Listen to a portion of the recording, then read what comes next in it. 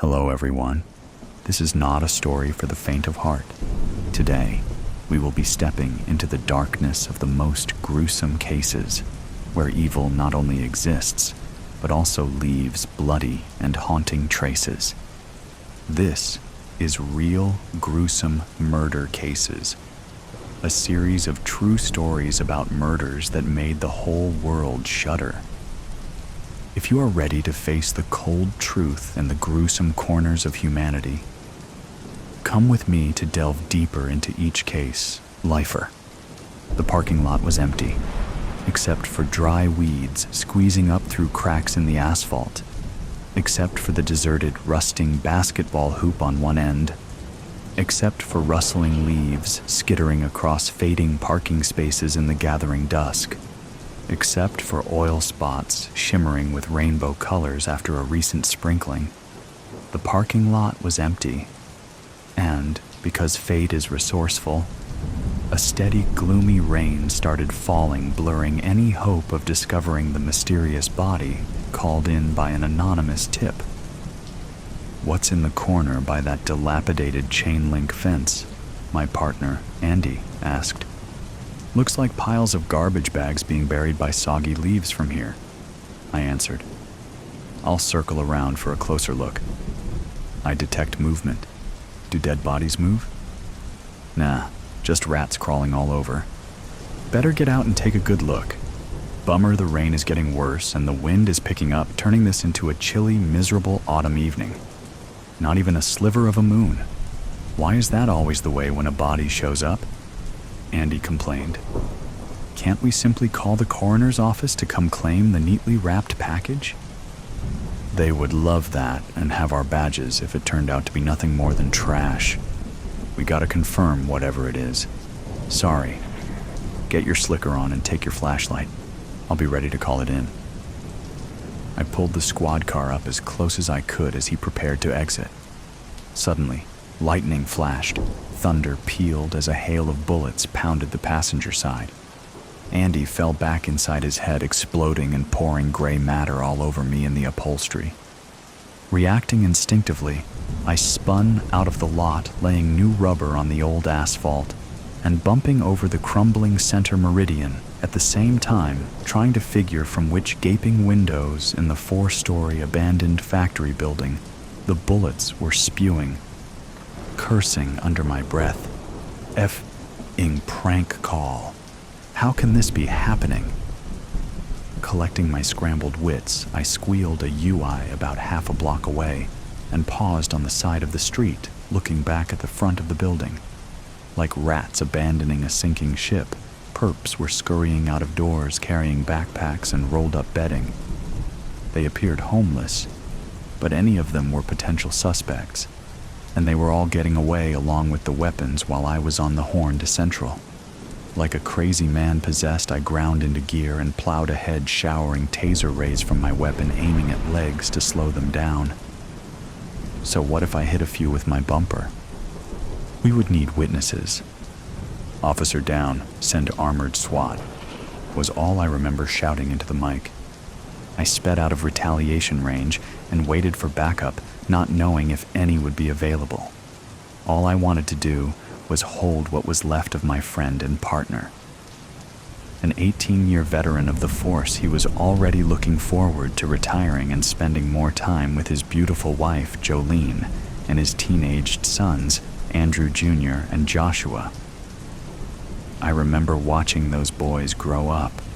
How am I ever going to face them? As the senior officer, I'm the one who was supposed to be protecting him. Instead, I delivered him into a hail of bullets. We let our guard down, dear boy. I don't have anyone waiting at home for me. Why couldn't it have been me with a new hole in the head?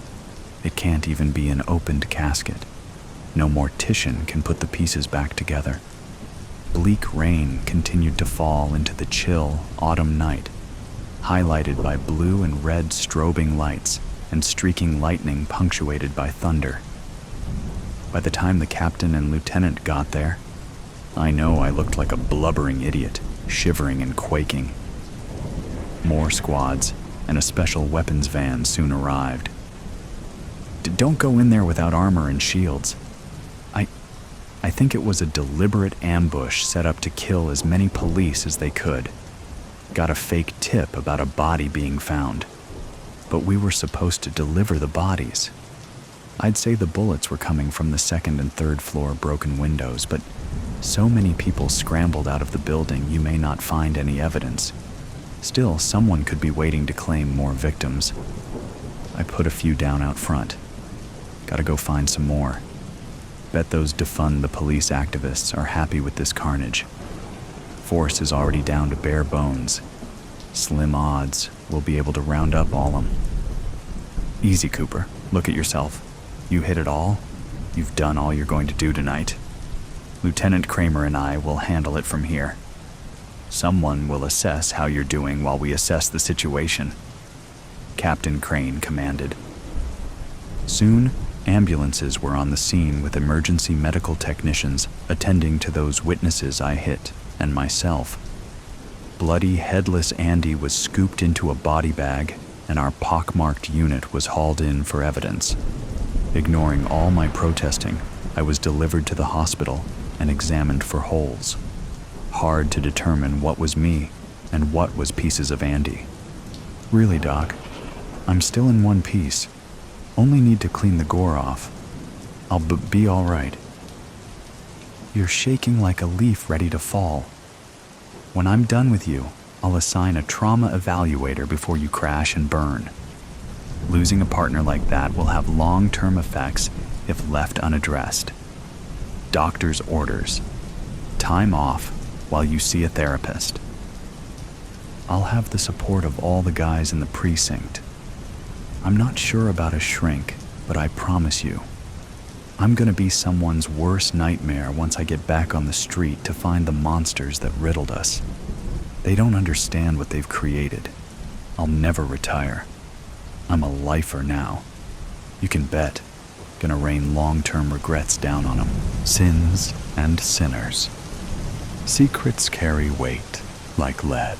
Iris inhaled the pleasant air, which was ripe with the dewy petrichor of the post-rain evening. A cool breeze ruffled the leaves of nearby lofty mango trees, all of which were well endowed with succulent yellow mangoes. The sky was shades of pretty pink and purple pastels, making her way down the narrow path between the tall trees. She recollected her memories with Dante, Isabel, Rhett, and Jax, running along the shore, pushing each other in the sea, and dreaming about sailing the world one day. They would stand and watch the sea crash onto the shore for hours, and it'd still never be enough. She remembered standing on the cliff with her friends and taking in the salty sea breeze. When the sun would set, the vast body of water would reflect the warm colors of the endless sky, and there hadn't ever been a more beautiful sight. She'd gaze at it for hours, fantasizing about unending aspirations and dreams. Iris traced the carvings on the trees she used to very much enjoy making, with scraps of metal and pieces of wood she mysteriously found every day. She suspected it was Jax, always doing these little things for her that could brighten her day. He could rarely say no to her, which led to them being part of quite questionable activities. She'd once said that she wanted to visit the yearly carnival on her birthday, and the next day she found the gleaming golden entry tickets of the carnival on her bed. She didn't really question where he got the tickets from, since they cost a lot. and he wasn't from a rich family. But she did remember him mentioning a friend who owed him a favor. Isabella and Rhett had been so jealous that day. Iris giggled, recalling the look on their faces as she ventured further on the narrow path between the tall trees. The pastel-colored sky started to fade away into the dark shadows, from dusty lilac to indigo, and from indigo to inky black. A cool breeze blew, ruffling the leaves of the nearby mango trees, which were swaying to the notes of the wind. Iris shuddered, feeling the wind on the bare skin of her arms. She had half a mind to spend the whole night there, but even she knew it wasn't the best decision to invite the dangers lurking in the dark. Too lost in her thoughts, she didn't notice where she was keeping her foot. Instead of stepping on the hard rocks and stones, she stepped on the muddy soil. Her eyes went wide as she tried to grab a stray branch in hopes of regaining her balance. But down went she, and the stray branch with a thud. Dear Lord, things just can't go right for too long, is it? Iris internally screamed. Holding on to the bark of a nearby tree, she got back up on her feet with much difficulty and brushed off the dirt from her limbs. She looked up at the night sky, where millions of stars were in close clusters. But the full moon blazing in the sky was even more beautiful than the stars around. She smiled as she thought of the days she and her friends used to gaze at the moon together and talk about a fictional world that was everyone's personal paradise. Sadly, growing up had burst her bubble of believing that she could ever live in a place where the sky met the seas. With a sigh, she looked at the rich brown soil, padding around to look for her phone. Walking around in the mud, leaving her footprints behind, she heard a satisfying crunch. A shiver ran down her spine, and she visibly shuddered, believing that the sound was of her own footstep. Iris took a step backward and crouched down. She started digging around in that area, throwing away the twigs, leaves, and lumps of soil she came across, till she felt something papery. Scrunching her brows, she pulled up the small piece of paper from the ground and held it in her hands. The paper was tattered and torn from the edges and dust-laden, with a tint of yellowish tan. She blew air onto it and wiped off the remaining dirt on her white blouse, leaving behind an unlovely stain. It's not like it is clean anymore, to begin with, Iris huffed. Squinting her eyes and looking closely at the paper, she realized it was a photograph of a younger version of Rhett, Jax, Isabella, and herself.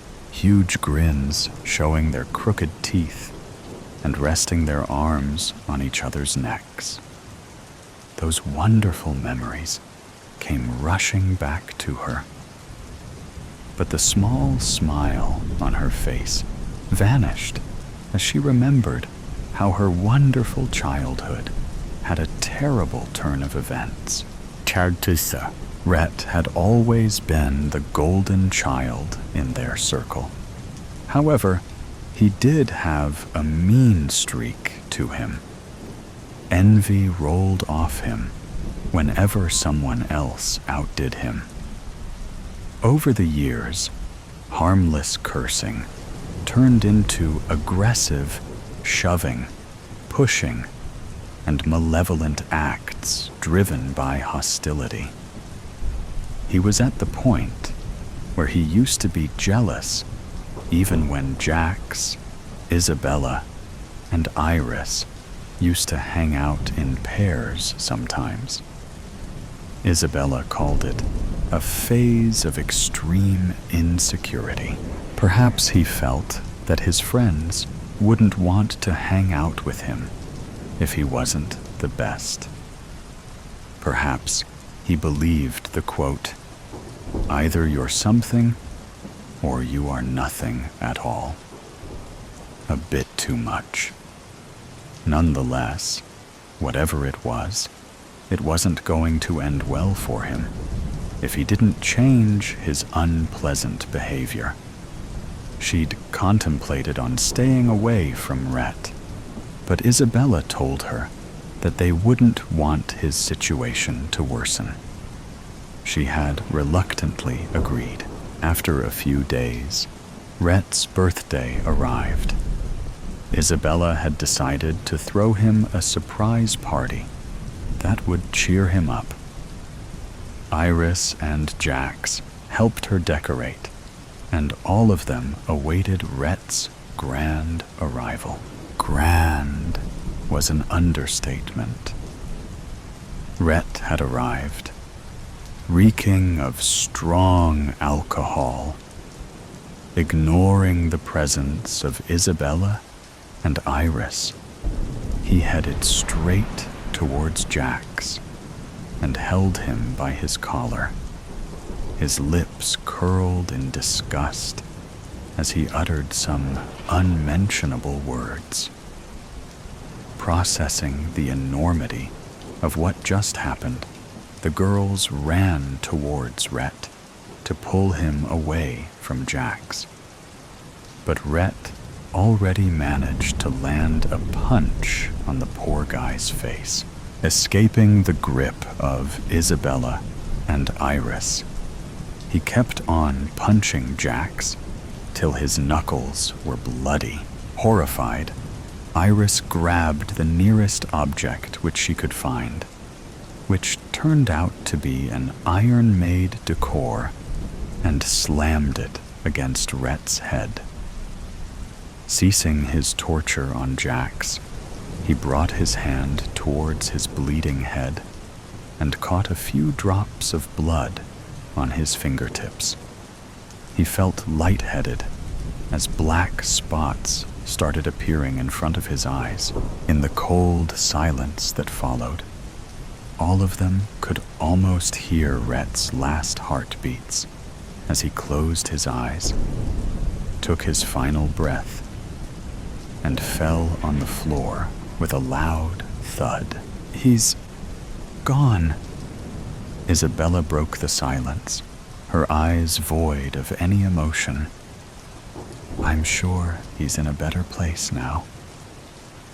Isabella continued, after no one spoke a word. "What have I done?" whispered Iris, tears threatening to come out of her eyes. It still seemed unreal. "You did what was right. You ended his reign of terror. Best he be dead than alive," Jax said, anger evident in his tone as he looked at the ghoulish body of his once best friend. "Why did he do that to you? Did something happen between you two?" Iris asked Jax. Not receiving a response, she prompted again. "Answer me, Jax. I can't live with the guilt. But at least I'll die peacefully, knowing that what I've done was for the right reason." Did he need a reason any longer to punch the shit out of his friends? Said Jax. "What happened between you two?" she asked for the second time. "Stop asking that question again and again," Jax said, his teeth grinding together. Why? Don't you realize what has just happened? How can you be so... Iris was at a loss for words. You know that's a bloody problem of yours. All you and your selfish nature do is present yourself as the victim. Stop making everything about you, Iris. Stop pressuring me. And it's you who has killed him, not us. Oh, so I should have let him beat you to death, is it? That would have been better than this, said Jax, his eyes icy as he stomped away, as if her soul could bleed an ocean through the eyes. That was the enormity of Iris's sobbing. Isabella hugged her, slowly rocking her body as if she was a little child. Iris, he didn't mean any of that. He is just upset. Anyone would have felt that way, I'm sure. What you did, it wasn't wrong. It was inevitable. You freed him from the evil inside, consoled Isabella, who had been quiet all this long. How do you even understand 1% of what we're feeling anyway? You didn't do any of this. Iris laughed humorlessly. Rhett was the closest to you than any of us. Didn't you consider him your friend? Don't you feel the least sad about it? You don't seem to be grieving at all. Just because I don't express it does not mean I don't feel it. And Rhett was as much of a friend to me as he was to the rest of us. Would you rather he attain peace through death, or rather he continue inflicting violence and chaos on us? Iris didn't say anything afterward. The weight of the guilt was heavy. Despair was a crushing force on her chest, constricting her breath and coloring the world around her. Black as she too was slowly engulfed by the darkness. That is exactly how a tragedy like theirs breaks one's heart, making one believe that the ending might still be happy until the very last minutes. Iris flipped the photograph, returning to the present day, and read the words she had written a long time ago. Which of us could say we were more sinned against than sinning? The cheating husband, draping the palu of my sari around my waist. I tucked the loose end of it into the petticoat to avoid getting ketchup and oil stains on it as I helped serve piping hot samosas, ordered fresh from Narula's bakery in Indiranagar, into the Corelle plates. The whiff of the spicy mint chutney I dolloped into each plate made my mouth water. Next, I served vegetable spring rolls, paneer tikkas, and semolina idlis, flavored with mustard seeds and curry leaves, into each plate, adding chicken tikkas into the plates for the 2 non-vegetarians in our group of friends. Said Mira, tasting the cream of mushroom soup from the ladle as she leaned over the stove where the soup had been simmering. Careful, darling, I said, grabbing her palu as it slipped down her shoulder and nearly licked the flames of the stove. You should tuck it in. Mira turned around, facing me as she smoothed her lavender chiffon sari. What do you think? The layered diamond necklace around her slender neck, and the diamond studs in her ears shimmered under the bright kitchen lights.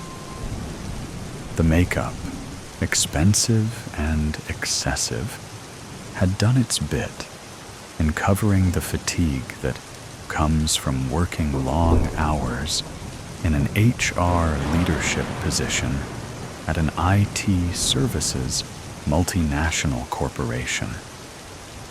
But it couldn't camouflage her dissatisfaction with nearly everything in her life, including her husband, who I thought doted on her. "You look stunning," I lied. "Beautiful sari," she scoffed, rolling her eyes. "One thing Raj does well after years of practice, picking up the right gifts for me.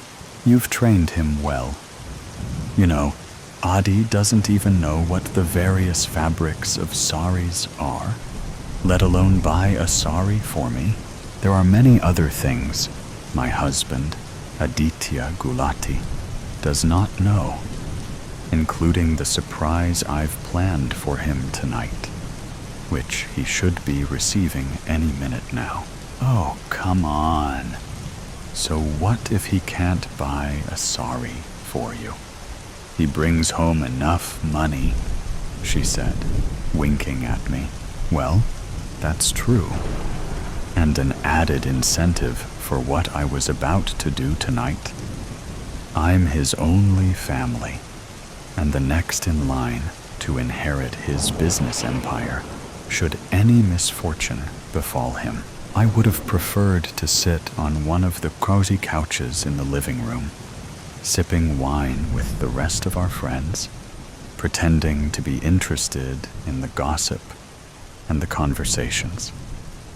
But if I didn't help in the kitchen tonight, as I usually did when our fortnightly get-togethers were held at Mira's place, just like she helped when the parties were held at my place, everyone would notice.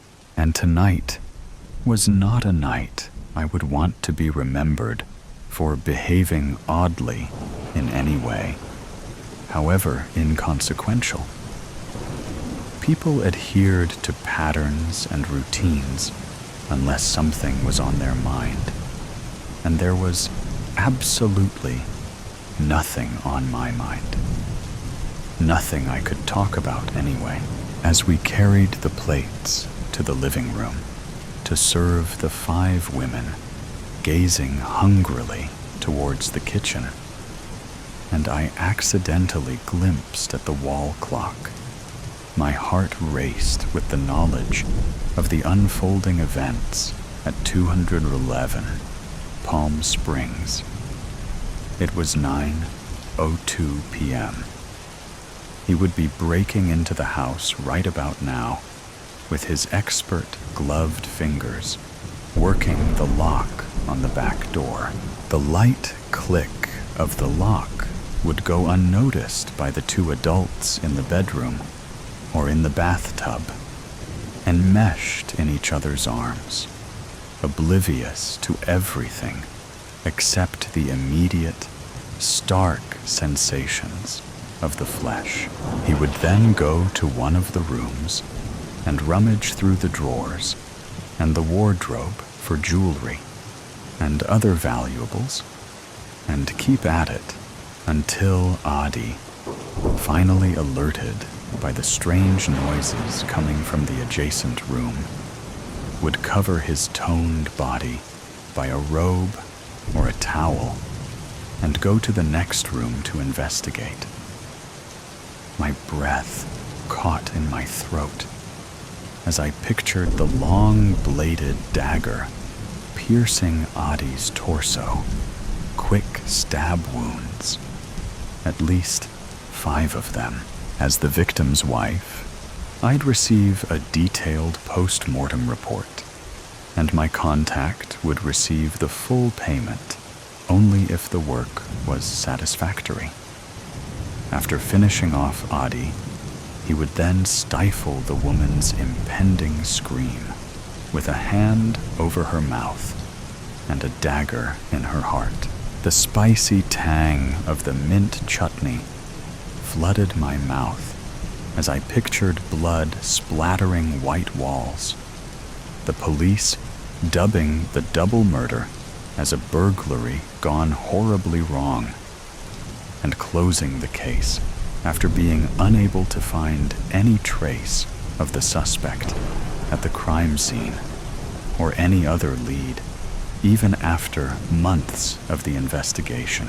Just as Tanya, our plump, sari-clad friend with diamond-studded stubs for fingers, began waving her pudgy hands in the air and describing the sordid details of a high-profile divorce case her husband was working on, my phone began vibrating in my purse.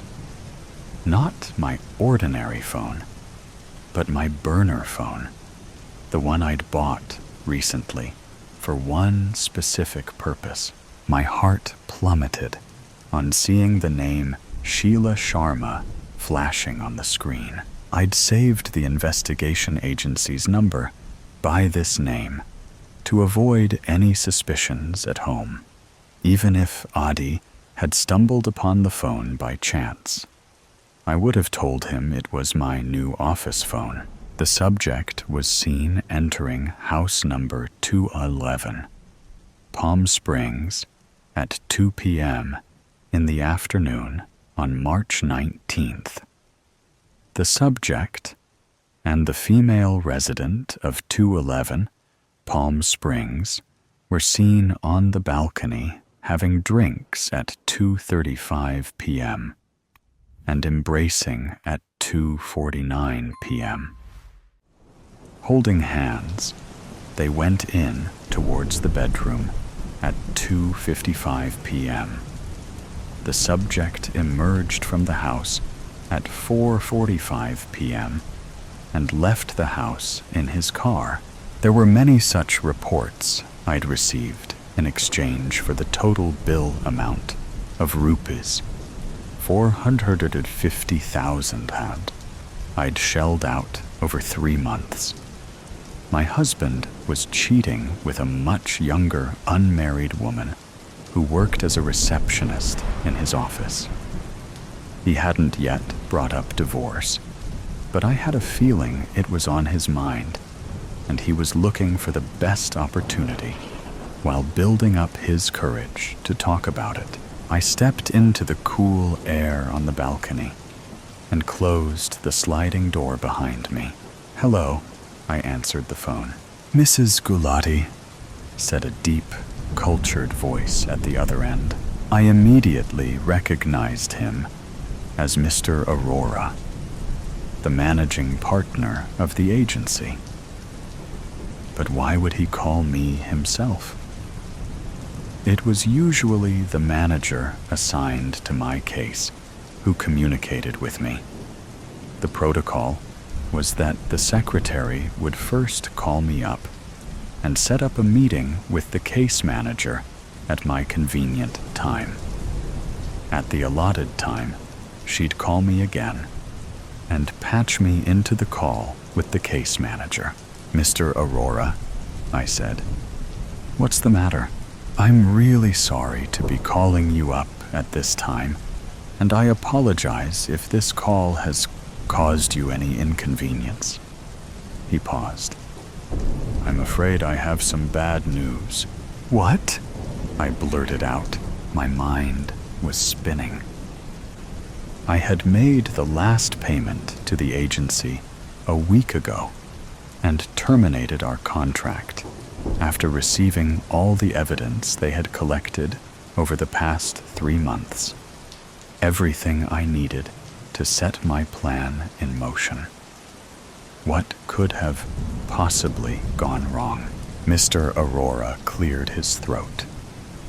"There was a mix-up at our end. The file and the evidence we gave you was for another case, not yours. It's a grave mistake, I know, and I personally take full responsibility. We are willing to refund your full amount. My knees buckled under my weight. What did he mean? Was my husband not cheating on me with the pretty receptionist? But even before I had hired the investigation agency, all the signs were there. Adi was returning home late every day, many a time with his clothes smelling like a woman's perfume. He was distracted and extremely possessive of his mobile phone, taking it with him to the toilet as if he needed it to wipe his ass. No, my husband was certainly cheating on me. All the signs were there. I want the correct file, I said, finally finding my voice. Of course, said Mr. Aurora, his voice heavy with relief. I have it here with me. I can have it delivered to your office tomorrow morning. Would that be okay? In my purse, my other mobile began vibrating. Why was Roy calling me at this hour? I had spoken to him 2 hours ago on my way to Mira's house. He knew I'd be occupied today and how critical it was for everything to be perfect tonight. One call in one evening could be attributed to work discussions. We worked together, after all. But 2 calls on the night my husband got murdered could arouse suspicion. I groaned inwardly. Sorry. Did you say you have the file on your desk? Yes, I do. Read it out to me. A pause. Sorry, Mrs. Gulati. Transmitting this information over the phone. My head was exploding with fury, splotches of red blurring my vision. Listen to me, Aurora. You've fucked me by giving me the wrong information. I could sue you for lakhs of rupees. I could have your ass arrested. Read me the information right now, or you'll pay dearly for your mistake. I could hear his mind's machinery whirring over the mobile phone. Aurora, I said in my best intimidating voice. Just a minute, please, he said. Some papers rustled. Your husband indeed is cheating on you, Mrs. Gulati. The address of the woman in question? Yes, I said breathlessly. C401, High Garden, Indiranagar. The woman is... I'll call you back. I snapped the phone shut, holding my head between my hands. Mira. My best friend, Mira. Adi and Mira. I could not believe it. I was going to ask them to bring photographic evidence this time. I wouldn't believe just the report like I did the last time. With trembling hands, I dialed my contact's number. Maybe it was not too late for the couple in 221, Palm Springs, somebody else's cheating husband and his mistress. Maybe the dense Bangalore traffic had delayed my contact. Maybe call waiting. He was talking to somebody else. Fuck.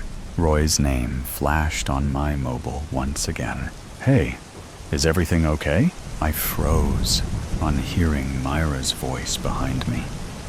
She had appeared silkily out of nowhere and was now standing less than 3 feet away.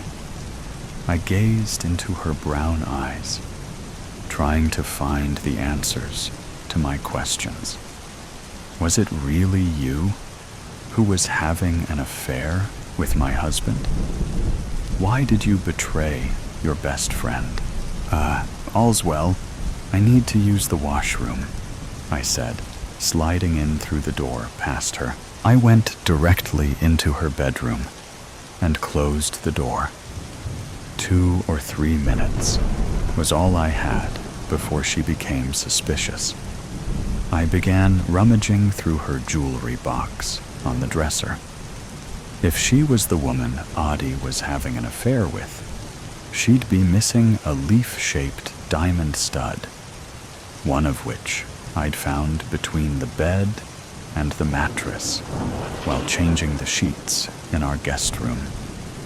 So many earrings and rings and chains in gold and diamond, and the woman was still unhappy. Aha! There it was, a single leaf-shaped diamond stud, just one. I closed the jewelry box quickly and went to the washroom to splash some water on my face. So it really was true, huh? My husband and my best friend. Unimaginable. I grabbed my burner phone from my purse and dialed my contact once again. Thankfully, this time he picked up on the second ring. "Ma'am," he said in his hoarse voice, "the work is done. I'm out of there. Everything went according to plan." I sat on the toilet seat and began hyperventilating. Somebody else's cheating husband and his mistress were dead, thanks to me. If I got rid of the burner phone, there still wasn't anything to link me to the murders. In fact, given that I had no idea who the victims were, there was no way the murders could be tied back to me. The investigation agency would keep quiet. I'd make sure of that. I'd pay the contact discreetly, as I'd originally planned. Anyway, he was a professional killer who wouldn't get caught. There was nothing else. Roy's name flashed on my mobile for the third time in the past 10 minutes. Roy was my married colleague, my longtime friend, and now my lover for the past 6 months, ever since I began suspecting that Adi was cheating on me. He'd been such a source of comfort to me and had become a very special part of my life. Did I love him? I don't know. I certainly missed his ribald jokes and his infectious laughter, the confidence he exuded, and the affection he showered upon me, his sharp intelligence and his precise meticulousness when he wasn't around. Once I'd got rid of Adi, I looked forward to spending more time with Roy. Our first night together would be very special. I was sure of it. "Hello?" I answered. I was greeted by a sputtering sound. "Roy, are you okay?" I asked, alarmed. "I've been..."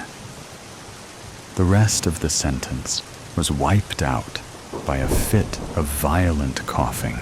I stood bolt upright. "What's wrong? Where are you?" "Stabbed. I've been stabbed," he managed to blurt out. "What? Where? Have you called an ambulance?" he said when he stabbed me. "Roy!" I screamed into the phone. When he stabbed me, he said, "Courtesy of Mrs. Golati." My phone slipped through my fingers and clattered to the tiled bathroom floor.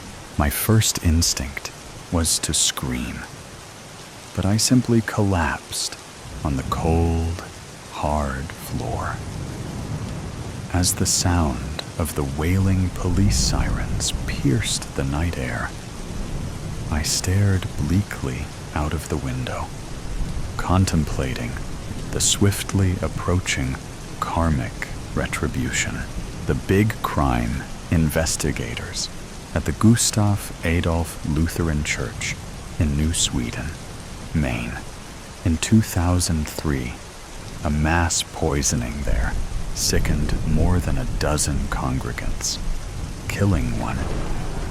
Credit: Joel Page, Associated Press, by The New York Times, April 7th, 2020. All true crime stories start as crime reporting, often in the daily newspaper.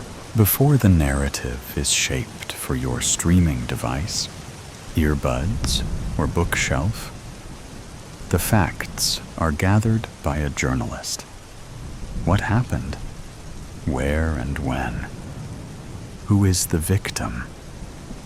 And do the police know who did it? Any journalist who has covered crime has stories they can't shake. These tales can be harrowing, bizarre, or even, in rare circumstances, oddly inspirational. We asked our journalists to share the ones they still think about, even decades later. Ellen, Barry, Boston, bureau chief. Someone put arsenic in the coffee after a church service in New Sweden, Maine, sickening several congregants and killing one. I was sent up there in 2003 by the Boston Globe to the far reaches of Aroostook County. It was both quaint and horrific. Someone trying to kill their neighbors. Eventually, it emerged that one of the ushers had done it, as revenge for losing a theological battle. As the population in that area drained away, two small Lutheran churches were consolidated into one. Identical to outsiders, the two churches had what was for them a deeply significant doctrinal difference. In one, the priest faced the congregation when blessing the host. In the other, the priest faced the altar. The poisoner had lost that battle. He ultimately killed himself. It was a grim story about the dilemmas of those stretches of our country that are losing population, having to let go of their particular identity. Have a true crime story to share? Tell us about the crime that haunts your memory. Feb 27, 2020. Linda Richardson, Senior Staff Editor. Travel. Eddie Brown began running in a snake-infested Florida swamp in 1952.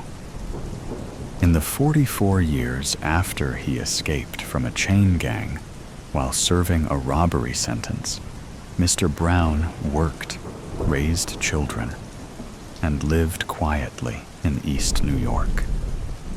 But he was always shadowed by the gnawing fear that his past would catch up with him. I covered his case as a Metro reporter in 1996. But lately, I've been thinking a lot about the chain gang fugitive, having recently read about the racial horrors of the Jim Crow South in Colson Whitehead's The Nickel Boys.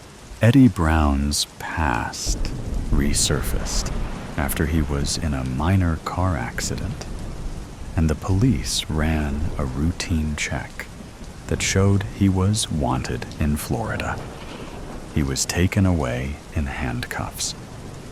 Florida initially requested his extradition, and New York law enforcement officials began the proceedings. Mr. Brown spent nearly 40 days in the Brooklyn House of Detention before he was released on $1,000 bail. It was an immensely satisfying moment to see him walk out of the courthouse, finally a free man as a sea of news photographers with flashing cameras and reporters, more than I've ever seen, awaited him. Dig deeper into the moment.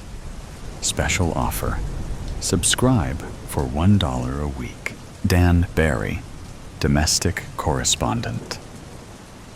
When I worked for the Providence Journal many years ago, I often wrote about the mobsters who were very much present in that Rhode Island city.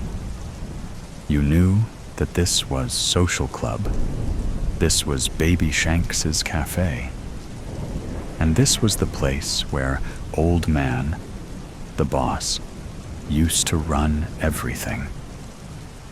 You also knew that two men connected to a certain restaurant had made a guy named Joe Onions disappear long ago, but had never revealed where they had laid him to rest. Fast forward to 2008. One of the men is dead, and the other is dying. The police pick him up on a nickel and dime charge and ask for the umpteenth time, where is Joe Onions buried? To their shock, he agrees to spill. I have strong ties still to the state, and when I heard about this case, it sounded like a short story about an old wise guy who decides to go out by doing the right thing. I had to write it.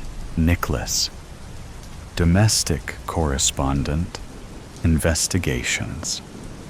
The century-old department store stands 8 stories tall, but looms even larger in the German consciousness.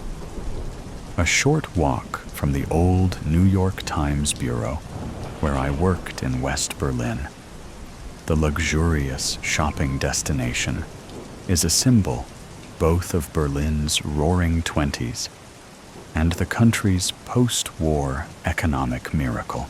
So when I learned that there had been a jewelry heist, with the thieves caught on the surveillance camera, lowering themselves into the store on a rope ladder, evading the motion detectors, and making off with millions of dollars worth of jewels, I knew it was a big crime story on the biggest stage. My contacts in the Berlin Police Department told me that the thieves had made just one mistake, leaving behind a glove at the scene with DNA inside. A good story needs a twist, but a great story boasts two.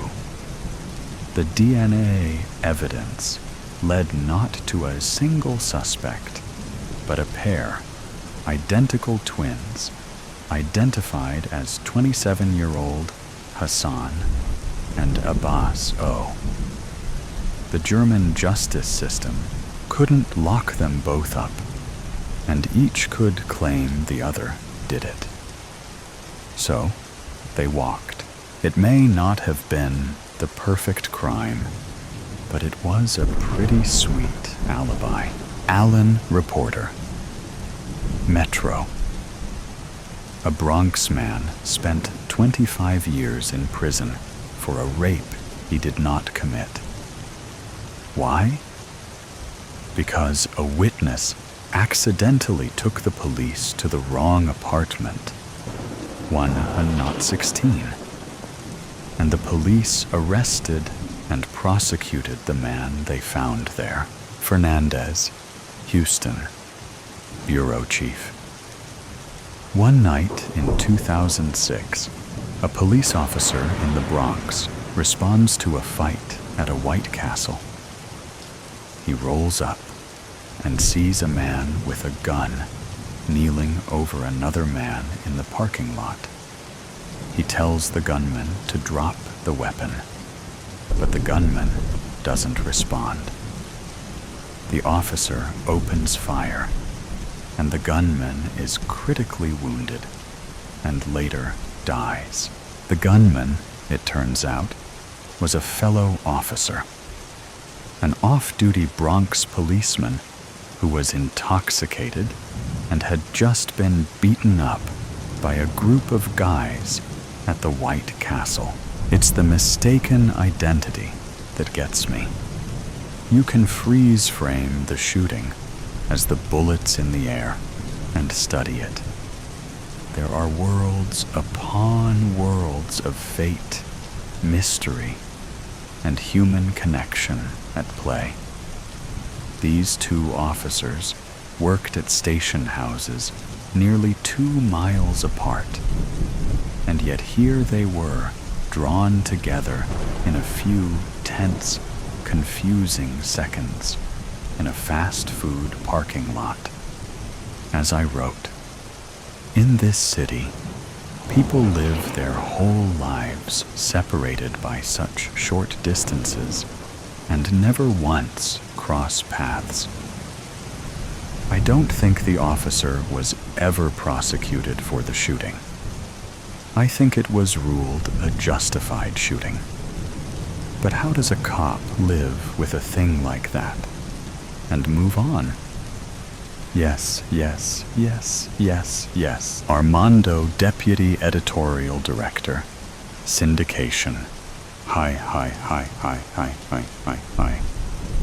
This unsolved case, in which 7 people, including children, were shot point blank during a robbery inside a bowling alley, has been a cloud over a small New Mexico city near the Mexican border for decades. 4 of the victims were killed. A 12-year-old victim, shot in the head, managed to call 911. And no arrests have ever been made. I grew up in the area, and it has been a source of sorrow and local mythology ever since it happened in 1990. In fact, the brutality of this crime over a few $1,000s, the massive law enforcement response, and the fact that no credible witnesses have ever come forward to identify suspects, all we want to hear about a crime that haunts you, a story that shook you, your town or community, and possibly changed lives. We are starting a project that will deeply examine crimes around the United States, the kinds of stories that too often go untold or have largely been forgotten. The crimes can be solved or unsolved, decades in the past or more recent. The crime may have been violent or involved financial or political wrongdoings. It may have implicated law enforcement or corporations. We're particularly interested in stories that may have gotten local coverage or not, but didn't rise to national consciousness. Thoughts kill. I held in my cough as I entered the bathroom, senses already on high alert, smoke unfurled around, blinding me for a moment. It took a second to gauge my surroundings, but once I had, it came as no surprise to see my older brother standing in their group, the only boy in here. After all, this was a ladies' bathroom. I watched in the mirror as the cigarette got passed around. A girl with pouting lips, caked in maroon lipstick, passed it to my brother. His lazy smile at her and the smoke around were in competition to make me nauseous. A familiar bubble of bile arose in my throat as he puffed out carbon monoxide. I clenched my nostril muscles, focusing on fixing my hair in the bathroom mirror. Luckily for me, I hadn't been spotted yet. They all started laughing as he did some kind of trick with the smoke. My eyes were so narrowed now, I could hardly see out of them. Once my hair was done, I walked over to the door, palm raised to open it, when a girl's voice said, "It's coming tomorrow." My brother's voice answered, "The LSD?" "Shut up!" the girl barked, leaving the bathroom deathly silent. I felt his eyes on my back before I saw them. Next thing I knew, I was slammed into the bathroom wall, inches from a familiar face. His lip curled. "Hello, sister." "Your sister?" the girl asked. She better not be a snitch. My brother didn't answer. I took refuge in the fact that I knew secrets of his that he'd rather die than let his friends know. Or that I knew he still had nightmares about Dad. Or that he used his blanket as a tissue for his snotty nose. His breath steamed on the mirror next to my head as he leaned in harder, earning a yelp from me as I felt his shirt button press in. "Don't let me find you in here again." I arched an eyebrow in response, trying to mask the turmoil inside. "LSD? No way." "Oh, brother, should I tell them?" He read all his secrets on my face. "Go to hell," he snarled. I held out my hand in answer. He looked ready to spit on me as he pulled out a $5 from his pocket. I shook my head with a smile. He took out another. I took the money from him, squirmed out from the bathroom, and contemplated calling Mom. I knew Caleb drug dealt, but this? Everyone knew it never stopped at Cigarette Doll. It had only been a matter of time. And that night, I gave the money to Mom with a too bright smile. "You know, honey, I don't need a commission from the money you earn. The job pays well, Mom," I said with a shrug, the lie spilling from my mouth like silk. She gave me a side hug, then carried on with her work. I lingered for a moment, at odds on whether I should tell her. But when I saw her eyebrows sink into a furrow, her lips into a frown, I decided that she had enough on her plate. When the front door slammed, indicating my brother was home from God knows where, neither my mom nor I left our rooms to greet him. The ritual had been long gone since Dad had left. Well, Dad's hello was more actions than words to Caleb. I can't deny that I hadn't felt the want to stop him all the time. Hearing his footsteps outside my door, a feeling of hate so red clouded my mind that I found it hard to breathe. Mum was at the epicenter of it all. Her money had all been stolen by him for the drugs he was addicted to, then played off as a fraud. I was simply recycling the money back to the owner. It was tough falling asleep that night, knowing I couldn't stop what was going to happen tomorrow. But even if I could, I wouldn't. I wanted him to hit rock bottom. That was the only hope for change for him. And maybe that made me a sucky person. Hell, the worst person. But it's what he deserved in my eyes. The pain I saw flit on my mother's eyes when he'd come home drunk a few weeks ago, was enough to make my fiery personality want to put a bullet through his heart. I avoided that bathroom at all costs on Tuesday. There was no way I'd be near choked again. I'd had to cover the bruises from yesterday up with a woolen scarf. In summer, I looked like a right idiot. School went smoothly.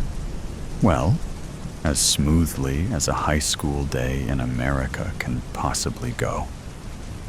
And then I was home. I put my phone on D&D, the thoughts running through my mind, demanding instant attention. Being home alone was one of my favorite things. Just my mind and I. I sat on my windowsill, watching the city below me. There was something so serene in feeling the wind play on your face, to be isolated, but to also see hundreds of people below you, hustling around. I wonder if this is how God feels. I don't know how long I sat there for, but when I next opened my eyes, the sky was pitch black, and the city was now bustling with partygoers, dressed in sparkling dresses, with equally shiny champagne glasses in hand. I quickly climbed inside, wondering why my mum hadn't called for me yet. But then I heard a noise from her room. I hadn't realized how tight my chest had gotten, but it loosened as I felt her presence in the house. Caleb wasn't home yet. "Mom?"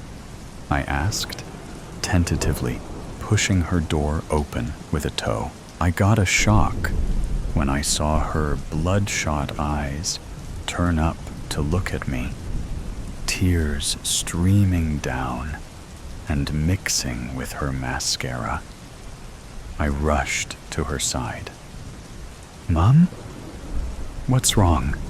I asked, a little forcefully, the panic already rising. Her eyes held mine as she whispered the words I thought I'd never hear. "Caleb is dead." The phone finally rang. It had been 5 days. The investigators said they'd call once they found out what had happened. "LSD doesn't kill," I murmured to myself, over and over. But it doesn't change the fact of what happened. "Hello?" I answered, words tasting weird on my mouth after not talking for nearly a week. "Is your mother there?" I passed the phone to my already crying mom, leaning in to listen over her shoulder. I only got bits and pieces. 5 minutes later, my mother put down the phone, hand still trembling. "It wasn't LSD. He didn't take LSD. So he took something else?" She shook her head, her throat bobbing as she swallowed a sob. "The supplier sold them a synthetic drug as LSD. I had one goal. One. To put that supplier behind bars for the rest of his life. Maybe that would take away the guilt that I practically killed my own brother." Tokyo smoke. Possible triggers: intimidation, slight, mention of drugs, and trial. She flicked the wheel of the lighter. Sparks shot up, followed by a small flame which she held to the end of the cigarette dangling from between her lips. "Talk. You've got about 5 minutes to convince me to let you live." "In that case, mind if I have a cigarette too? That's executioner etiquette, isn't it? Or is that just Hollywood?" "Just Hollywood," she said, but offered me her pack of cigarettes with her free hand just the same. Her other hand, the one hidden from view inside her jacket, pointed a gun at me. Not of the Hollywood variety. This was a Nambu M57. It would get the job done. Time's ticking. She pulled back the hammer for emphasis. The clicking sent a shiver through my entire being, commanding every single hair to stand at attention. "Would you believe me if I said I did it because I love you?" I asked, a futile attempt at lightening the mood. The strange thing, though, was that I meant it. Even then, as I looked at her, knowing full well she'd kill me once the smoldering tip of her cigarette reached the filter. "Really, Takashi, you did it because you love me. My dad is in jail, Mom's awaiting trial for complicity, and Itsuki is awaiting whether he'll be behind bars for 5 years or 27. I thought you liked Itsuki." "I did. But you didn't," I said, while I tried to light the cigarette I kept in the corner of my mouth. It was true. Although I didn't like him at first, he became much like a brother rather than just an in-law after we got married. I didn't look at her as I said it. I was staring at the graffiti frog that had made its appearance on the wall across the train tracks 2 weeks ago. But I knew the face she was giving me. I remembered every line that appeared on her usually smooth skin. "You always complained about how he badmouths you to your dad at every opportunity he got. It's the only reason he was going to take over the company. You're smarter, more experienced, and more ambitious than he was or ever would be. It should have been you, and you know it. As for your da..." "Stop. As for your dad, Hina, he chewed it up," I continued. "All of it."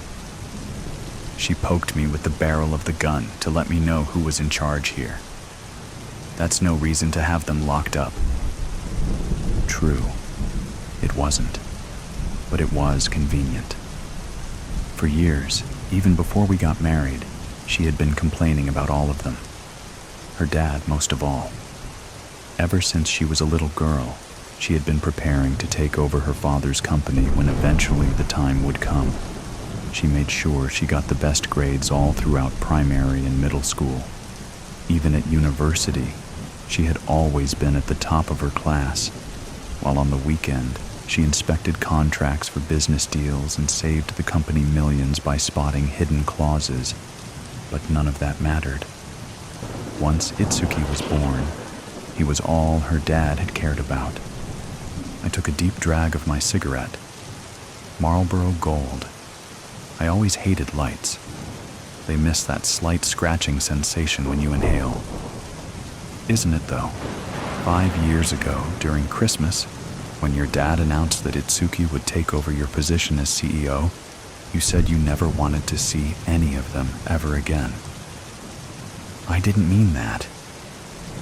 Then you didn't mean it either when you repeated it after he gave you the opportunity to develop your skills elsewhere, for your birthday, I suppose? She was angrily fingering her cigarette, flicking of ash that wasn't there. I could only hope she was a little more careful with the trigger. I still had 3 minutes left after all. "Mind if I get something from the vending machine?" I asked. Last meal and all that. I got up before she could give me an answer and walked over to the overpriced candy dispenser. I fumbled in my pocket for my wallet that wasn't there. "Can I borrow a 500 yen piece, hun?" She didn't move, just raised an eyebrow. "Fine." I looked around, but of course there was nobody around at this hour. The parking lot was empty, but for 4 cars. I turned a quarter turn and forced my elbow through the glass. "Ah, motherfucker. That looks a lot less painful in the movies." I took 3 packs of Pocky from the machine, careful not to cut my hand on the sharp edges. Strawberry, matcha, and the regular ones. I wasn't sure which ones you liked best. I thought strawberry, but it could have been matcha as well. "Anyway, here's both," I said, and sat back down on the hood of my beat-up Honda Odyssey. She didn't try to take any when I offered the box to her, just took another drag of her cigarette, which was reaching the halfway mark by now. I always liked the original best myself. I took a drag of my own cigarette before taking it from my mouth and taking a bite of 4 of the chocolate-covered sticks at once. Disgusting. I still don't get it. How can you eat and smoke at the same time? I lifted my shoulders in answer and swallowed before blowing out the smoke I'd been holding up in the air to be carried off by the wind.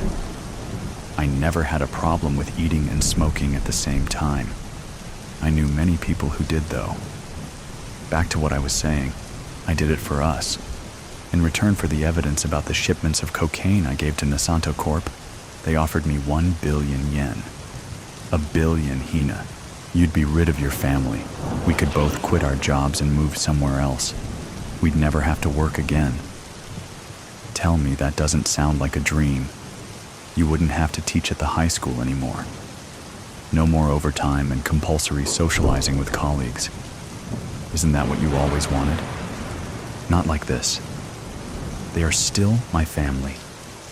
And how do you think this will look for me? With my family name ruined? I'll be seen as the daughter of some drugs cartel. My parents weren't like that. They didn't even know about it. The arms of the gold-plated station clock twitched. 10:35. The dial was beautifully decorated with the image of a sun that, in the morning, reflected the sunlight so brilliantly that it seemed to shine itself. Now it was barely visible at all. True, that was on Itsuki, but none of that would have happened if you'd been in charge. Besides, your dad will be out in, 3 years? Your mom's sentence will be even shorter. I doubt she'll even have to do any jail time at all. You just don't fucking get it, do you? You think that's the story the media is going to run with? That it was just my brother, and the rest of us had nothing to do with it? Sure, I might not be seen as an accomplice, but I'm part of that family. You didn't ruin just them. You ruined all of us. Honestly, I didn't get it. Maybe it was because I'd never been close to my own family, or just because we were rich now and could go wherever we wanted. You took my last name when we married. No one will associate you with them once we move somewhere else. Where do you want to go? Osaka, or maybe Kochi? You always loved the beach. Hell, we could even go to Europe. You pick a country, and we'll be on the next flight. My eyes were fixed on the entrance of the empty train station. One of the lights illuminating the statue a little to the left of the gates was flickering and drew my attention. It was a statue of a man, but I didn't recognize him. Over the past 6 years I'd been coming here, I'd never taken the time to read the plaque. "You've got about 1 minute left," she said, inspecting the cigarette clutched between her fingers.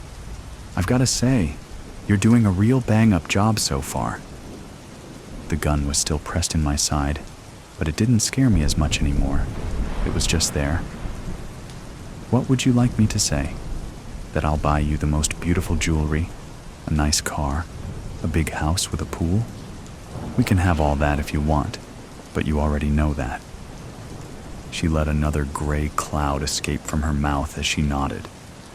Then she turned to look at me and gave me another look. "Go on." "We could have kids, a boat." She scoffed. "Really? You think having kids will fix this?" "We tried having kids, remember? It didn't exactly work." "We could always adopt them. You used to dream of having a boy and a girl. The boy had to be older, you always said. If we adopt them, you can make sure we get that." She let out a deep sigh. "It's almost time, Takashi. Anything you want to say, I suggest you say it now." I took a drag of my cigarette as I thought it over. Your last words are hard to come up with on the spot. I took another drag while staring at the statue again. Who is the statue of? Takashi? Her tone was annoyed more than angry. She prodded me with the gun once more. Yeah, I'm thinking about it." I looked back at her. Her eyes didn't have any emotion left in them. No love, no anger, no sadness. I still love you. I'd want those to be my last words.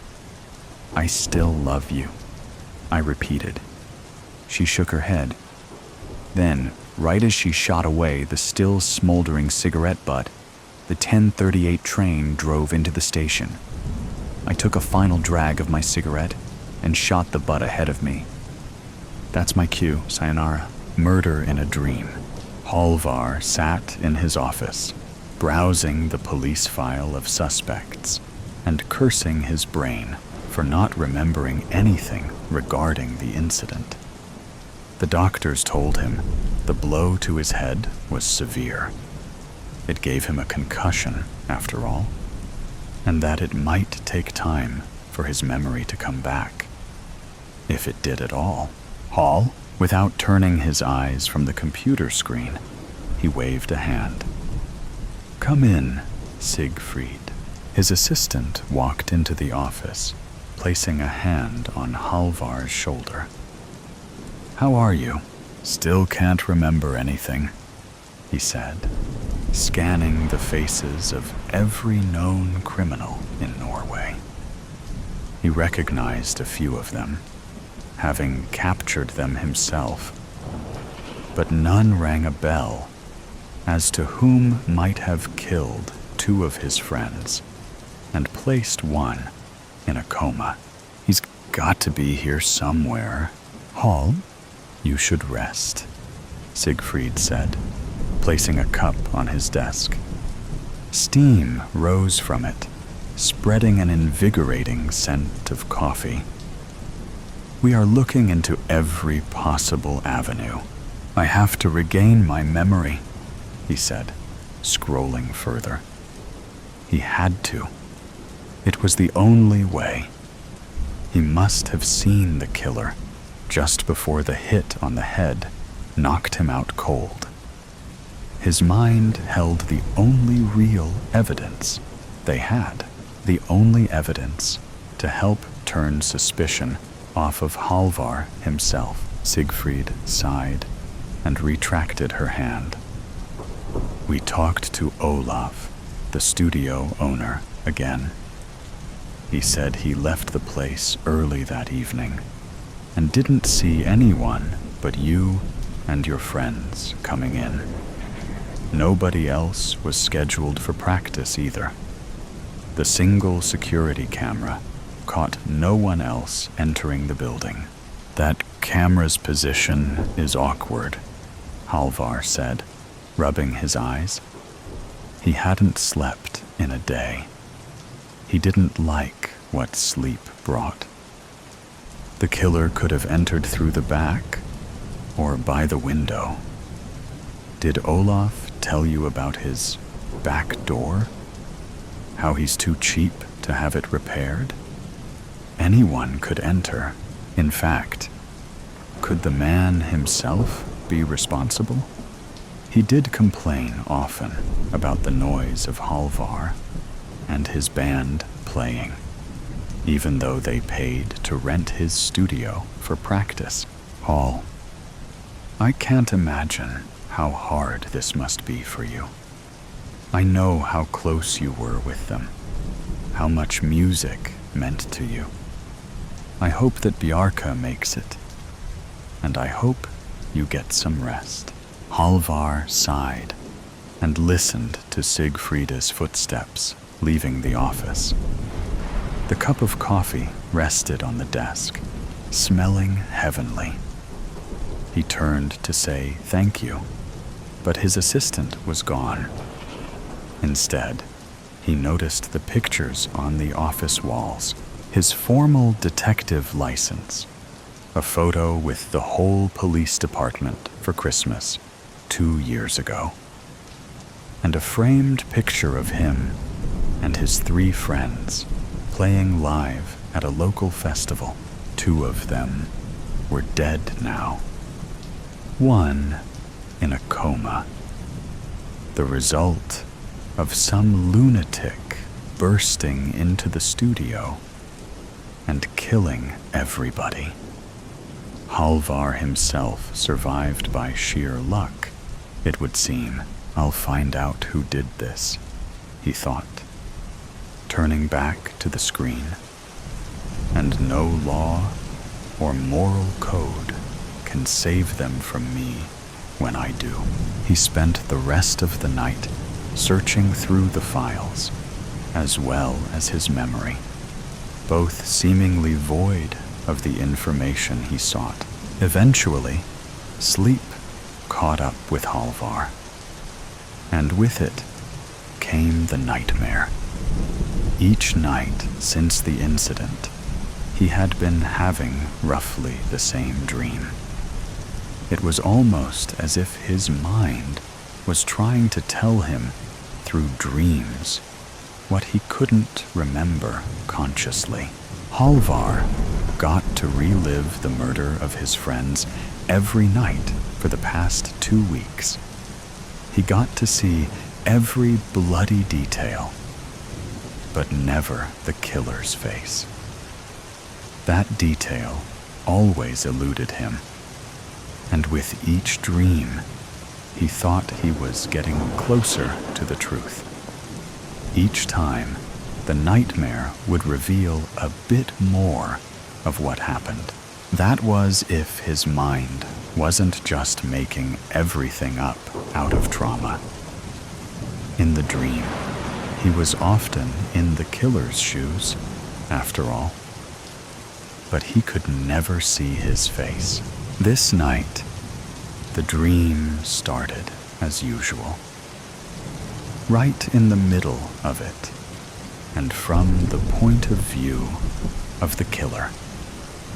Halvar saw himself as the murderer, picking up his guitar and crushing his friend's head with it. They were in the middle of practice and were stunned at the sudden outburst of violence by the intruding killer. Before anyone could react, Halvar smashed the heads of all 3 of his band colleagues with his own guitar. Then the dream shifted, where he could see outside from himself. How he got hit on the head, too, by a figure without a face. The prosecutor then ran away, and when Halvar wanted to follow, the figure disappeared into the shadows. Halvar woke up, sweating and breathing heavily. He looked around and noticed he had fallen asleep in his office. The place was dark, no light coming from the hallway. Everyone must have left already. He grabbed a pen and paper and wrote down everything he could remember from the dream, recording every detail. The drawer by his desk was filled with accounts from his dream, and he used them to correlate the event, searching for consistent patterns and hints. As incredible as it seemed, his dreams were the only clues he had. But he couldn't share them with his colleagues. They would never take it seriously.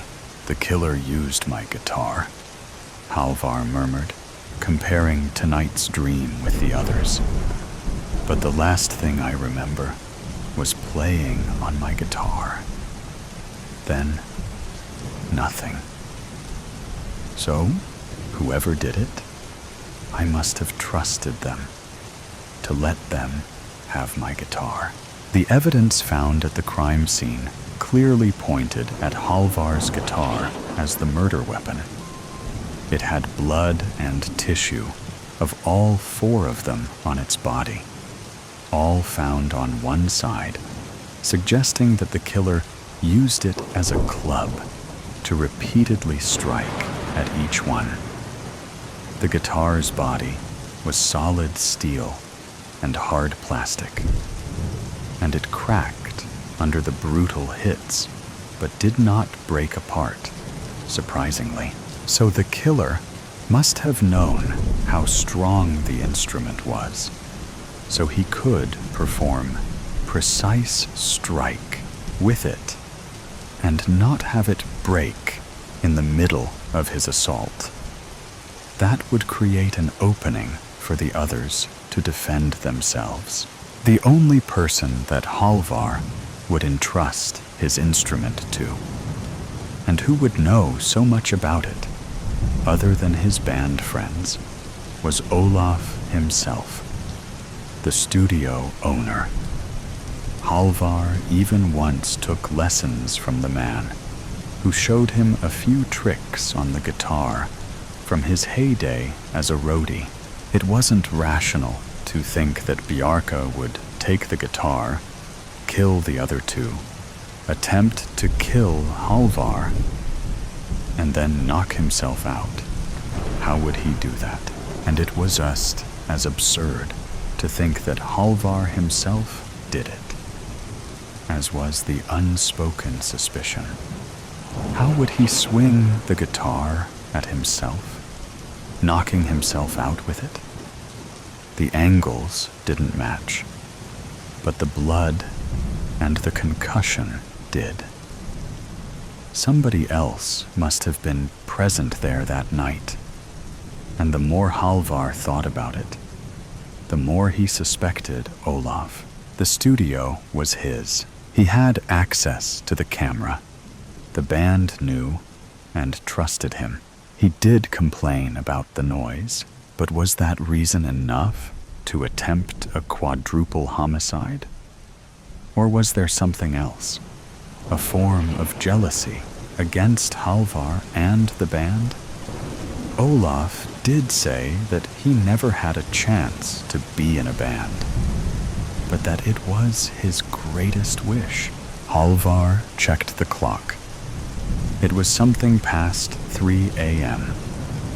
He considered, looking at the photo of him and his friends. Then he left his office. Olaf's house was next to his studio.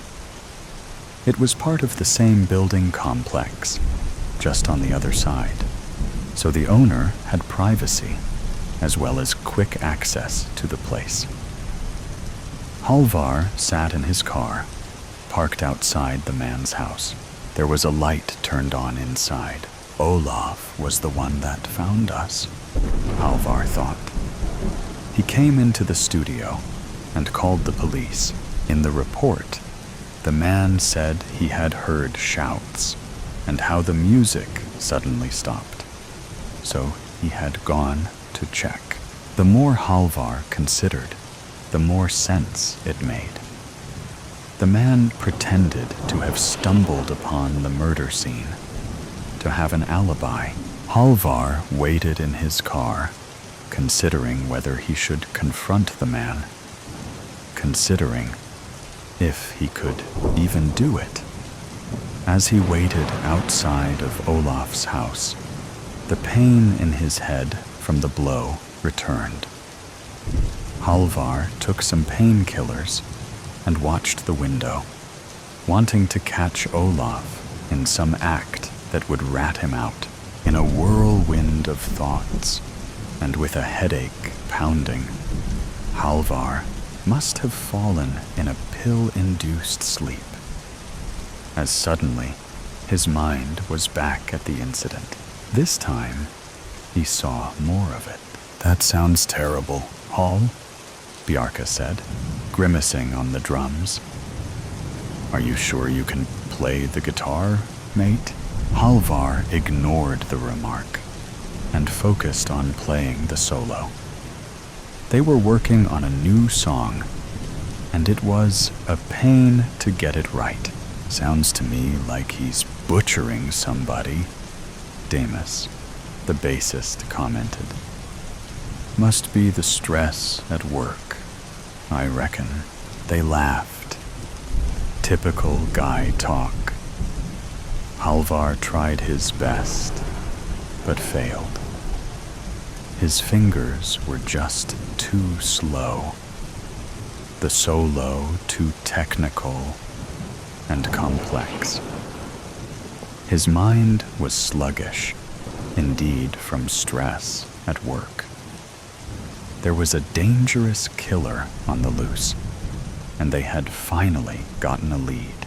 Halvar just wanted to relax and let go for a few hours with his buddies. But all he could think of was the brutality of the recent murders.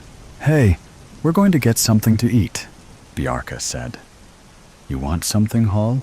"No," Halvar said. "I'm good." He just wanted to get the damn solo right. "All right then," Bjarka said. "But don't you try and steal my rolls when we come back." They left. Halvar kept practicing. Then Olaf entered the studio. "Hey, mate," the older man said, wearing his long gray hair in a tail. "Sound like you're having some trouble." "Yeah," Halvar said. "I can't do this transition here. It's too fast for me." Halvar showed what he meant by playing the part at half speed. Olaf nodded. "I see. Can I try?" "Sure," Halvar sighed. He handed the man his guitar. "Knock yourself out." "I'll knock you out, with my veteran skill," the man said, and took the guitar. The dream then changed to Halvar being in the killer's shoes and butchering everybody, until seeing himself in third person again, being hit by some man with no face.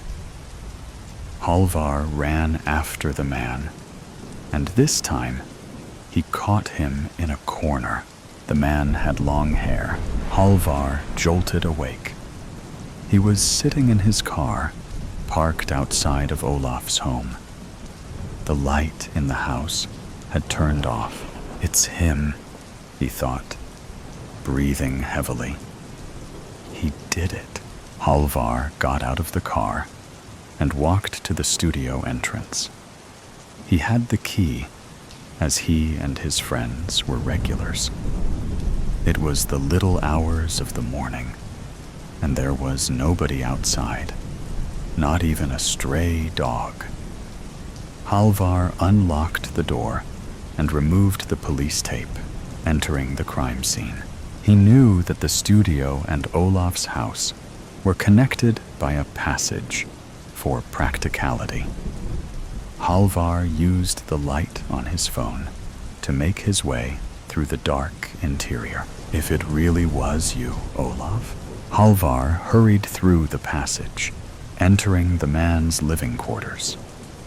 He'd been there once or twice when Olaf invited them over for a drink, building his alibi, plotting even then. Halvar crossed the living room and climbed the stairs to the man's bedroom. He didn't think of what his plan was. He just wanted to have a look at the man, to see his murderous face. As he came to the bedroom, where he saw the light coming before, Halvar paused. He heard weeping from inside. His heart pounded like a drum, and he burst into the room. "Feeling guilt for what you did?" The man, lying under the blankets, jumped up in shock. Halvar turned on the light and noticed he had taken out his gun on instinct. Olaf gazed at him with wide eyes, red, as if from crying. "What? Don't deny it! You did it!" Halvar shouted, his hand trembling. "I saw you! It was you!" The man's face was twisted in a mixture of shock and fear. "What are you talking about?" "I saw you in my dream," Halvar said. "You took my guitar and..." The man was crying. There were candles placed on his windowsill, alongside pictures of Halvar and his friends. The two that had been killed had a rosary around them. He was grieving. What's all this? Halvar asked, pointing at the pictures. They were my friends too, Olaf said. Your band reminded me of when I was young. His gaze focused on the gun in Halvar's hands. You think I did it. It wasn't a question, but a statement. One in which Halvar wasn't so sure anymore. He looked into the man's eyes and saw sadness underneath all the shock and betrayal. I can't prove it, Hall, Olaf said, sniffing. But by God, I'm not the man you should be pointing that gun at. Who then? Halvar shouted. Who did it? Who killed my friends and nearly killed me? He pointed the gun at the man's head. Olaf began weeping. The guitar was in your hands when I found you. Yes, the killer wanted to confuse the forensics by framing one of us. No one else came or left the studio. Hall, what are you saying? Olaf glanced at the gun again, then at Halvar. Are you here to kill me too? Halvar balked. Olaf pissed himself, a dark spot appearing on the bed sheets. The man was genuinely afraid of him. Halvar suddenly felt deep shame, and he lowered the gun, running out of the room and out of the house. No, it can't be, he thought. If Olaf didn't do it, who then? He started the car and drove back home, where he took a bottle of scotch and began drinking. He demanded from his mind to remember all of it, to remember things clearly, without dreams and illusions. His head began hurting, but he didn't take the pills. They would only distract his mind. Halvar emptied the bottle and paced around his room until he collapsed in a corner and wept for his friends. Once again, sleep took over, his body and mind exhausted. This time, the dream picked off as his friends returned with the food. Where have you been? Halvar asked. They were gone for nearly 2 hours. Bjarka giggled like a schoolgirl. We went to get food. They all had red faces and were snickering like teenagers. Have you been smoking weed? No, Damus said. They snickered some more. Halvar sighed. We were supposed to practice tonight. You should chill, Detective Oyolf, their lead singer said. You can't play that guitar anyway. He turned to the other two. Hey, maybe we should cut his hair. If he can't play, then he's not a true metal fan and shouldn't have long hair. The three laughed, obviously talking gibberish, but Halvar, being frustrated by his stressful job, having to deal with murderers and psychopaths all day long, just wanted to lose himself in the music with his friends, but for some reason couldn't get the creative juices flowing, and had enough. Something snapped. He grabbed his guitar and began playing. The guys turned to him.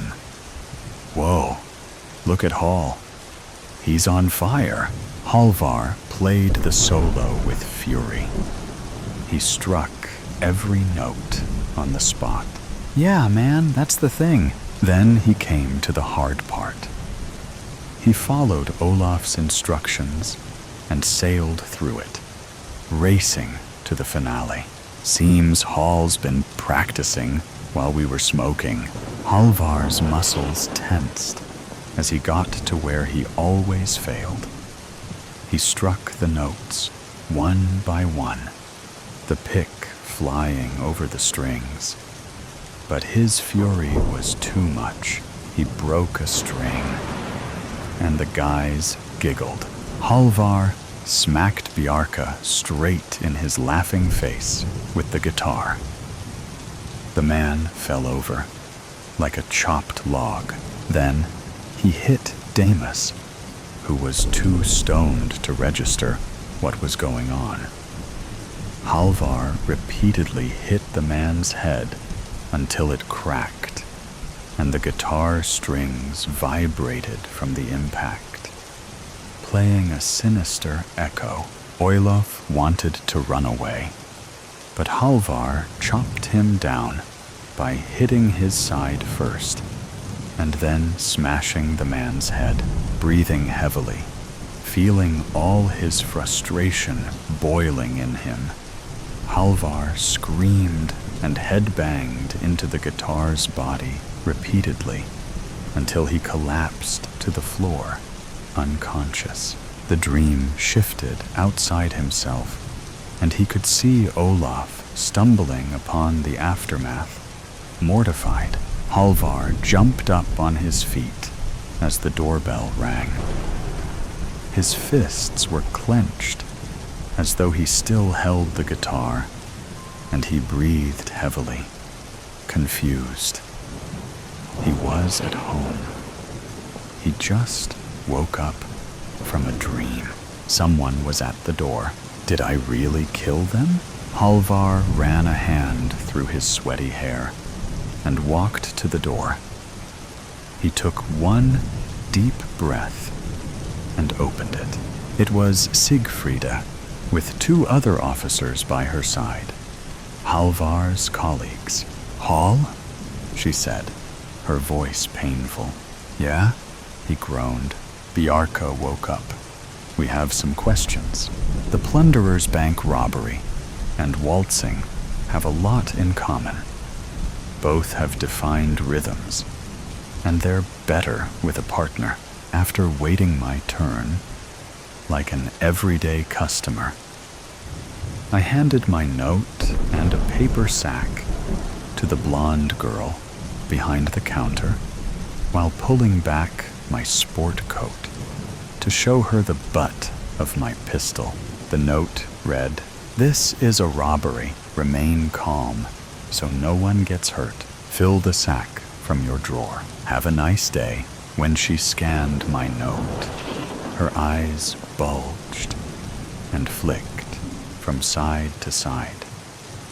Her frightened blue peepers filled with disbelief as she stared at me to see if this was a prank. I smiled like a friend. "Please fill it up." With trembling fingers, she stuffed bills into the sack as if she'd win a prize for the fullest bag. The gorilla behind me noticed something wrong. Maybe the sweat gouging channels through the quivering blonde's rouge tipped him off.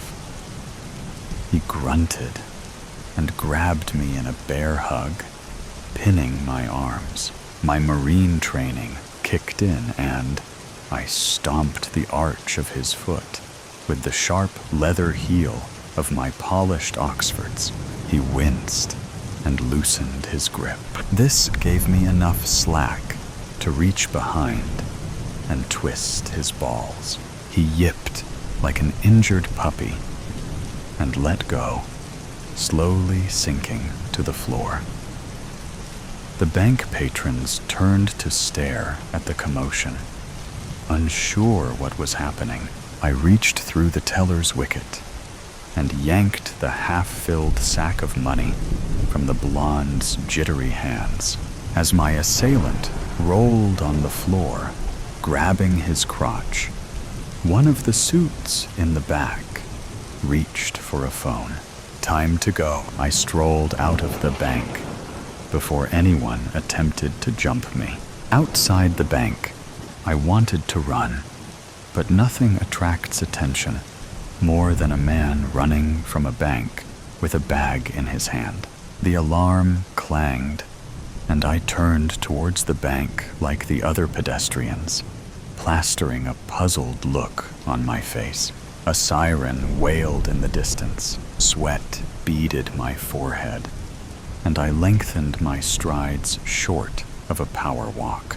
When I reached the corner, white exhaust flowed from the red Edsel coupe, and its big V8 growled, ready to whisk me to safety. I jumped in the passenger seat, and Marge drove away at 30 miles per hour. 2 police cruisers screamed past us in the other lane. Now, we'd have to ditch this flashy car in case anyone noticed it fleeing the scene.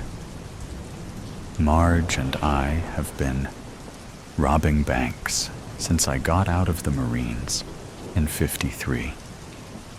My posting to Korea separated us for 3 agonizing years. And when I got back to the States, we promised each other we'd never be apart again. Although we talked about it, we never got married. We both felt that a piece of government parchment would not make us love each other any more than we did. When our cash ran low, we'd find a suitable bank in a small town, make an unauthorized withdrawal, and live comfortably on the proceeds for a few months. As long as we didn't take too much or go to the well too often, the local cops forgot us, and the FBI had enough problems with organized crime to worry about a small-town bank robbery. We never hit the same town twice. Our life between jobs was quiet and measured. Spending the winter in Florida, soaking up the sun like other tourists. We danced every Saturday night and fished the local lakes. Marge loved the fall colors, so we spent September in New England before turning south for the winter. I don't remember the name of the town in Minnesota when we ran low on cash. While Marge gassed up the car, I got us a table in the Moosehead Diner. Over the blue plate special of corned beef and hash, I decided I wanted to go fishing. Margie, I've been thinking, it would be a shame to be in northern Minnesota and not go walleye fishing. How about we rent a cabin after this job and go fishing for the weekend? Marge placed her napkin on the table and pursed her lips. Okay, Harry, but all the cabins are probably rented. I reached for her hand. This is the end of the season, and we'll find a cabin somewhere, just for the weekend. Then we'll head for Vermont. She squeezed my hand and ran her thumb over my knuckles. We'll need some bait? I hadn't thought that far ahead. We'll stop at a bait shop and pick up some minnows. Or, if you'd rather, you can watch me fish. She removed her cat's eyeglasses with the fake rhinestones and leaned over the table. Not on your life, Buster. You fish. I fish. And I'll catch bigger fish. Just you watch me. I finished my coffee, left a $10 bill on the table, and wiped the crumbs off my tie. I'm going to the little boy's room, and then to work. As I walked across the street to the Imperial Bank, Marge parked the car around the corner. We took the North Road out of town towards Canada and doubled back south on a series of gravel concession roads. Navigation was Marge's job. When we hit the interstate, we turned east towards New England. The cops must have figured it out, or got lucky. They'd had 10 years to learn out our pattern. When we turned onto the interstate, 2 police cruisers, nose to nose, blocked our path to freedom. Blue and red lights flashed, and cops leaned across the hoods, pointing shotguns at us. 2 more cruisers pulled out of a side road and blocked our retreat. Marge slowed as we approached the roadblock and parked on the shoulder. A cop with a bullhorn yelled, "Get out of the car and lay on the ground." Marge turned off the ignition and gripped the wheel with hands at 10 and 2 while staring out the windshield. "Goodbye, Harry." I wiped a tear from my eye. "Goodbye, Marge." I drew my pistol and shot her through the ear. Blood spattered the windshield and side window as she slumped on the driver's door. I put the pistol in my mouth and pulled the trigger. Murder. Everything happened in a flash. I was just about to go to sleep when I heard the telephone ring. I used a rotary dial phone, which meant that I won't know who's calling me. I walked over to the phone and held it up to my ear. "Hello?" I answered. "Hello. This is the Glasscam Police Department. I am the sheriff of this town. You have been convicted of the murder of a person named Paul Smith, who was killed this night. I have sent a few officers to escort you to the department," the sheriff replied. Excuse me, but I haven't done anything wrong," I replied, stammering. "I was in my home during the evening." "Yeah, right.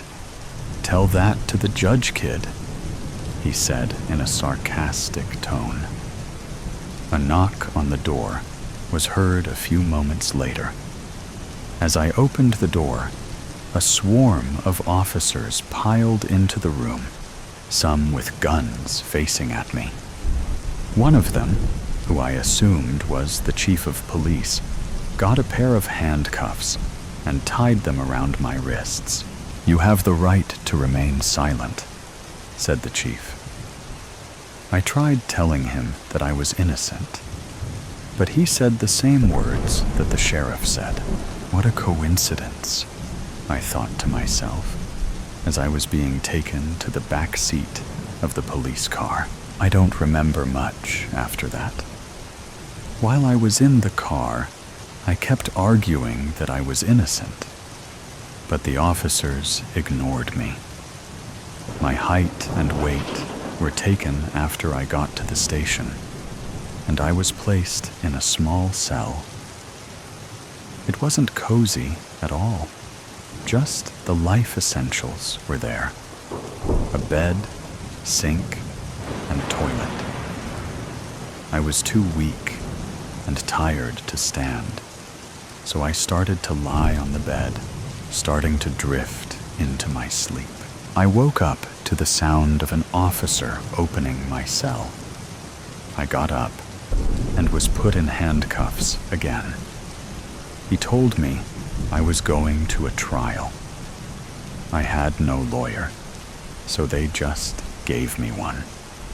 From the looks of the lawyer's crinkled and dirty tie, his wild hair, and slightly broken glasses, I could tell I was going to lose in this trial. A few minutes later, a car came, and I was taken into the back seat. What felt like hours later, I was in front of the judge, who would decide my fate. Looking at the spectators, I saw a group of people in tears.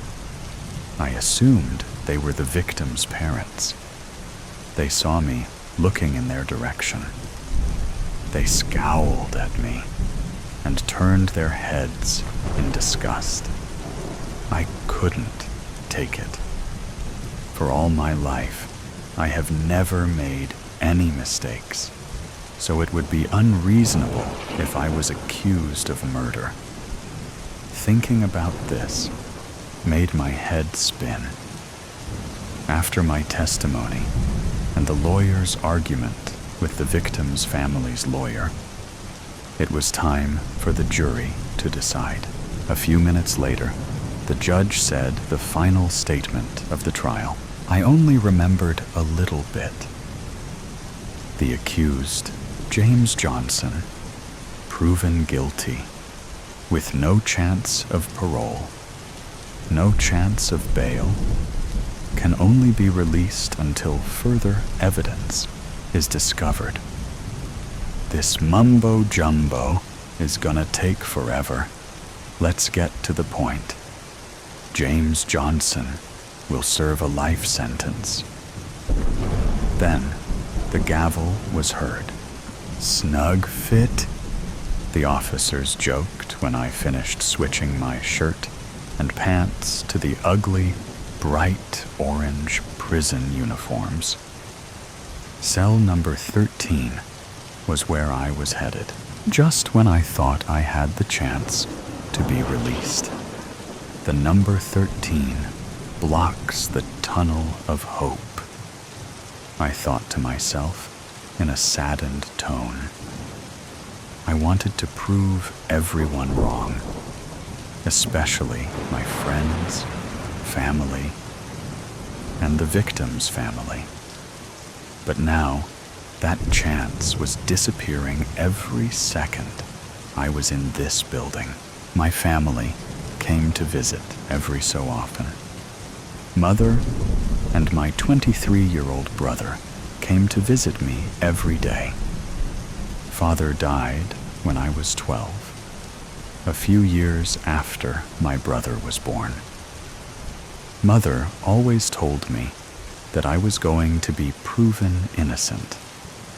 Greg, my brother, told me that he will find evidence to get me out.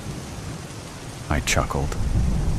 Everyone knows that Greg hated using his brain for education purposes, but this time he had some hope in his eyes, which I never noticed before.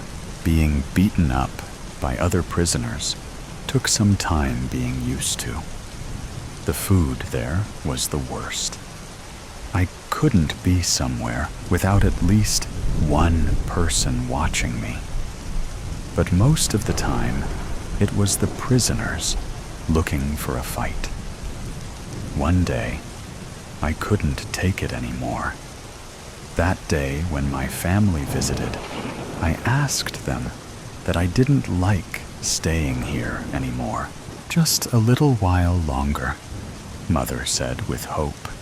I stared at my brother, wondering what Mother said. Question: good news or bad news? Greg asked. Why? I replied. Just answer the question, he said in an impatient tone. Okay. Calm down, I said. Bad news. I found a lead that might prove you innocent, but I hit a dead end, he said in a sad voice, while lowering his head in shame. But the good news is I broke through the dead end and found some evidence, he exclaimed, his head now up again. I was in shock. Without controlling it, I smiled.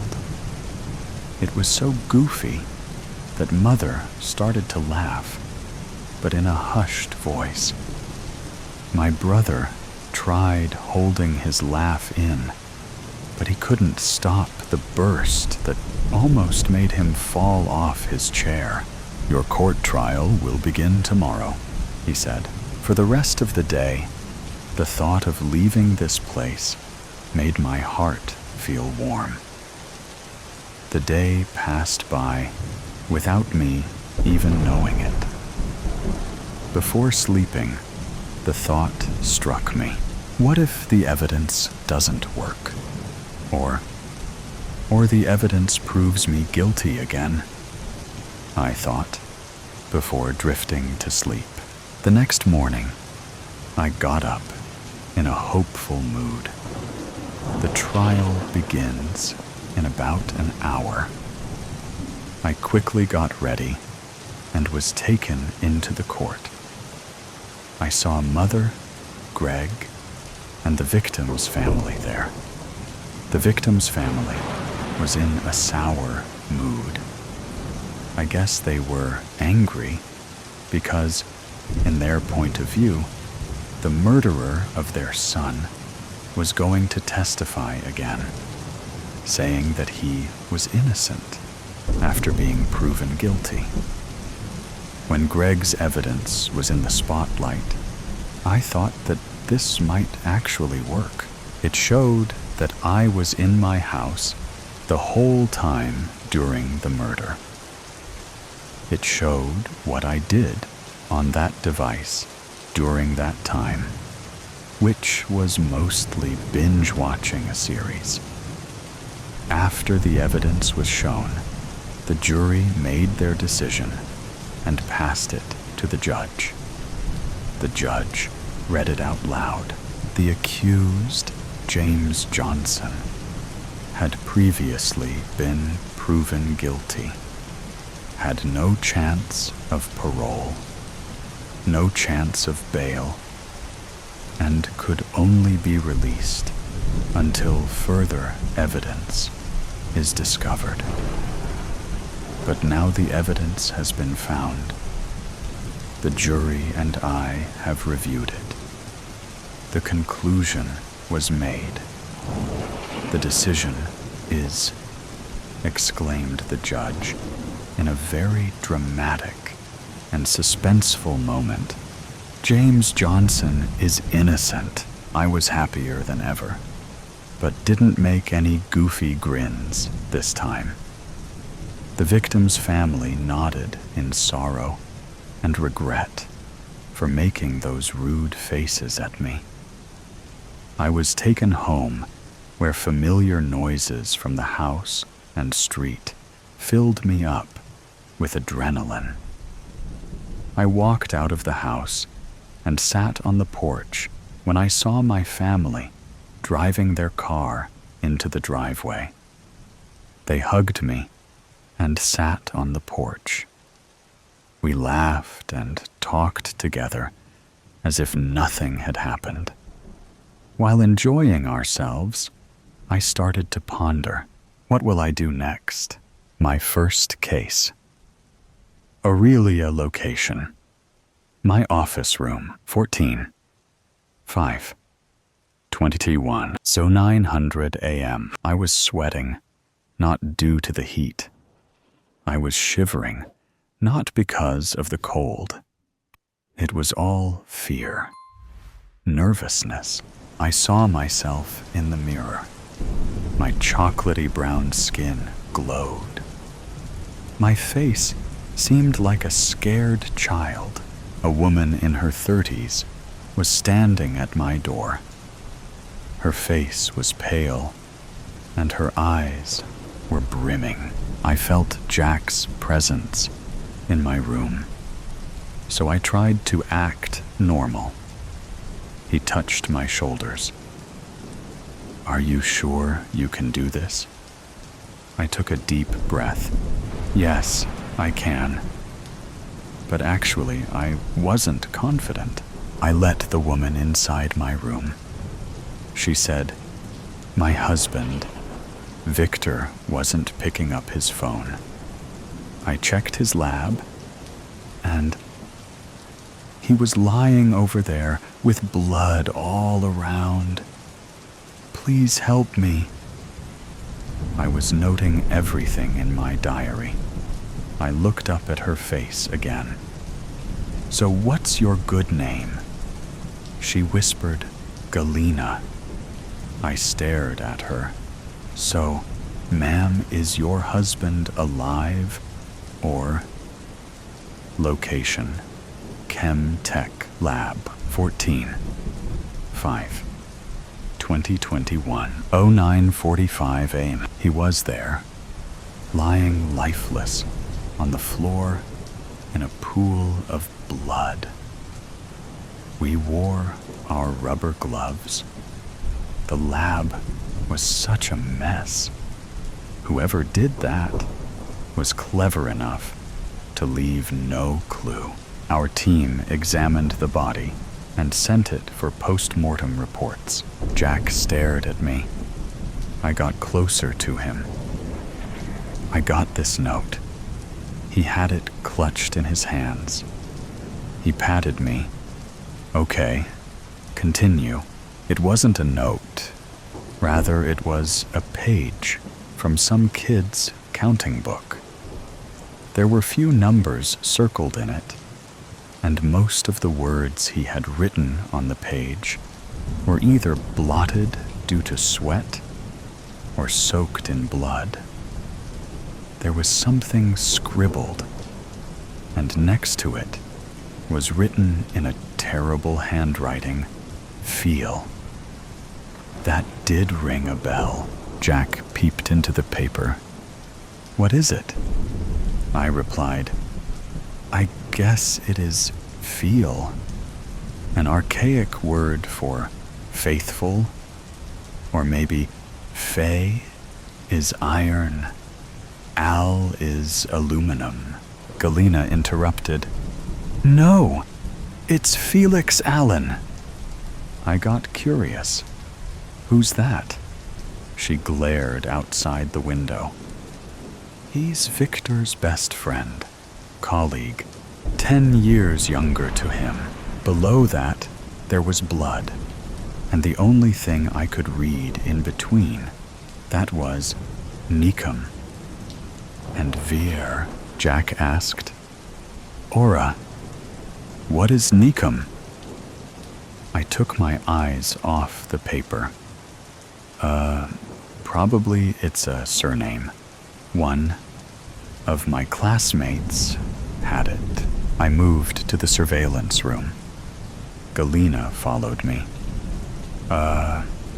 This room is incomplete.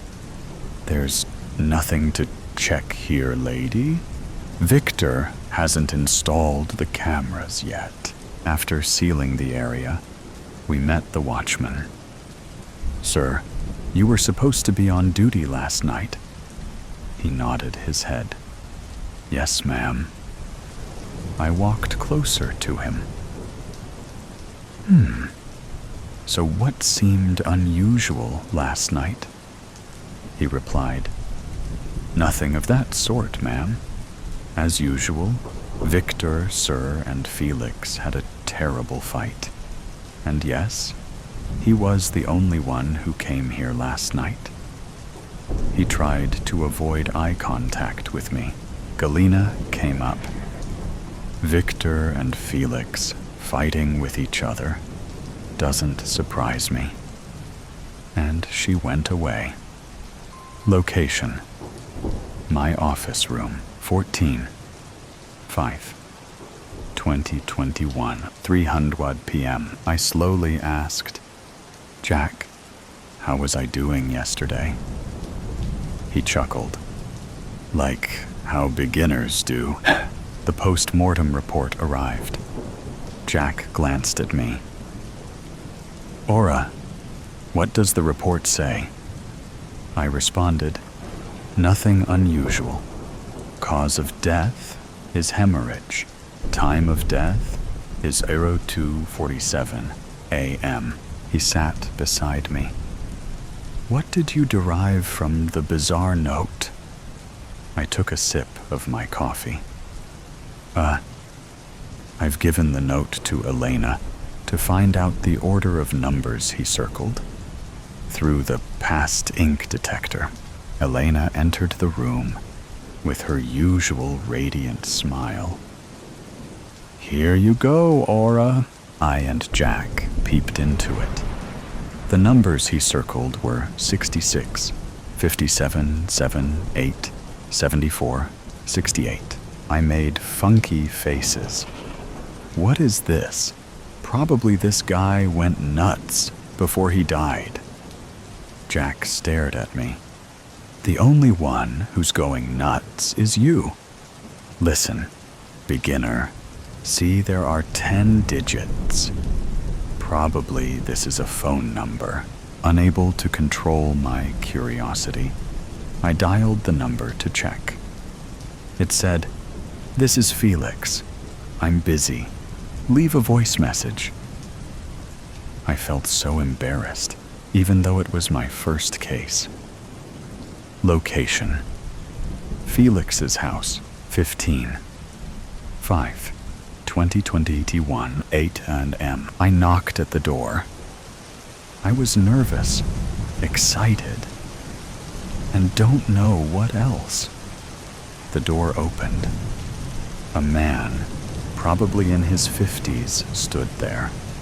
He wore short floral trousers and a white, crumpled shirt.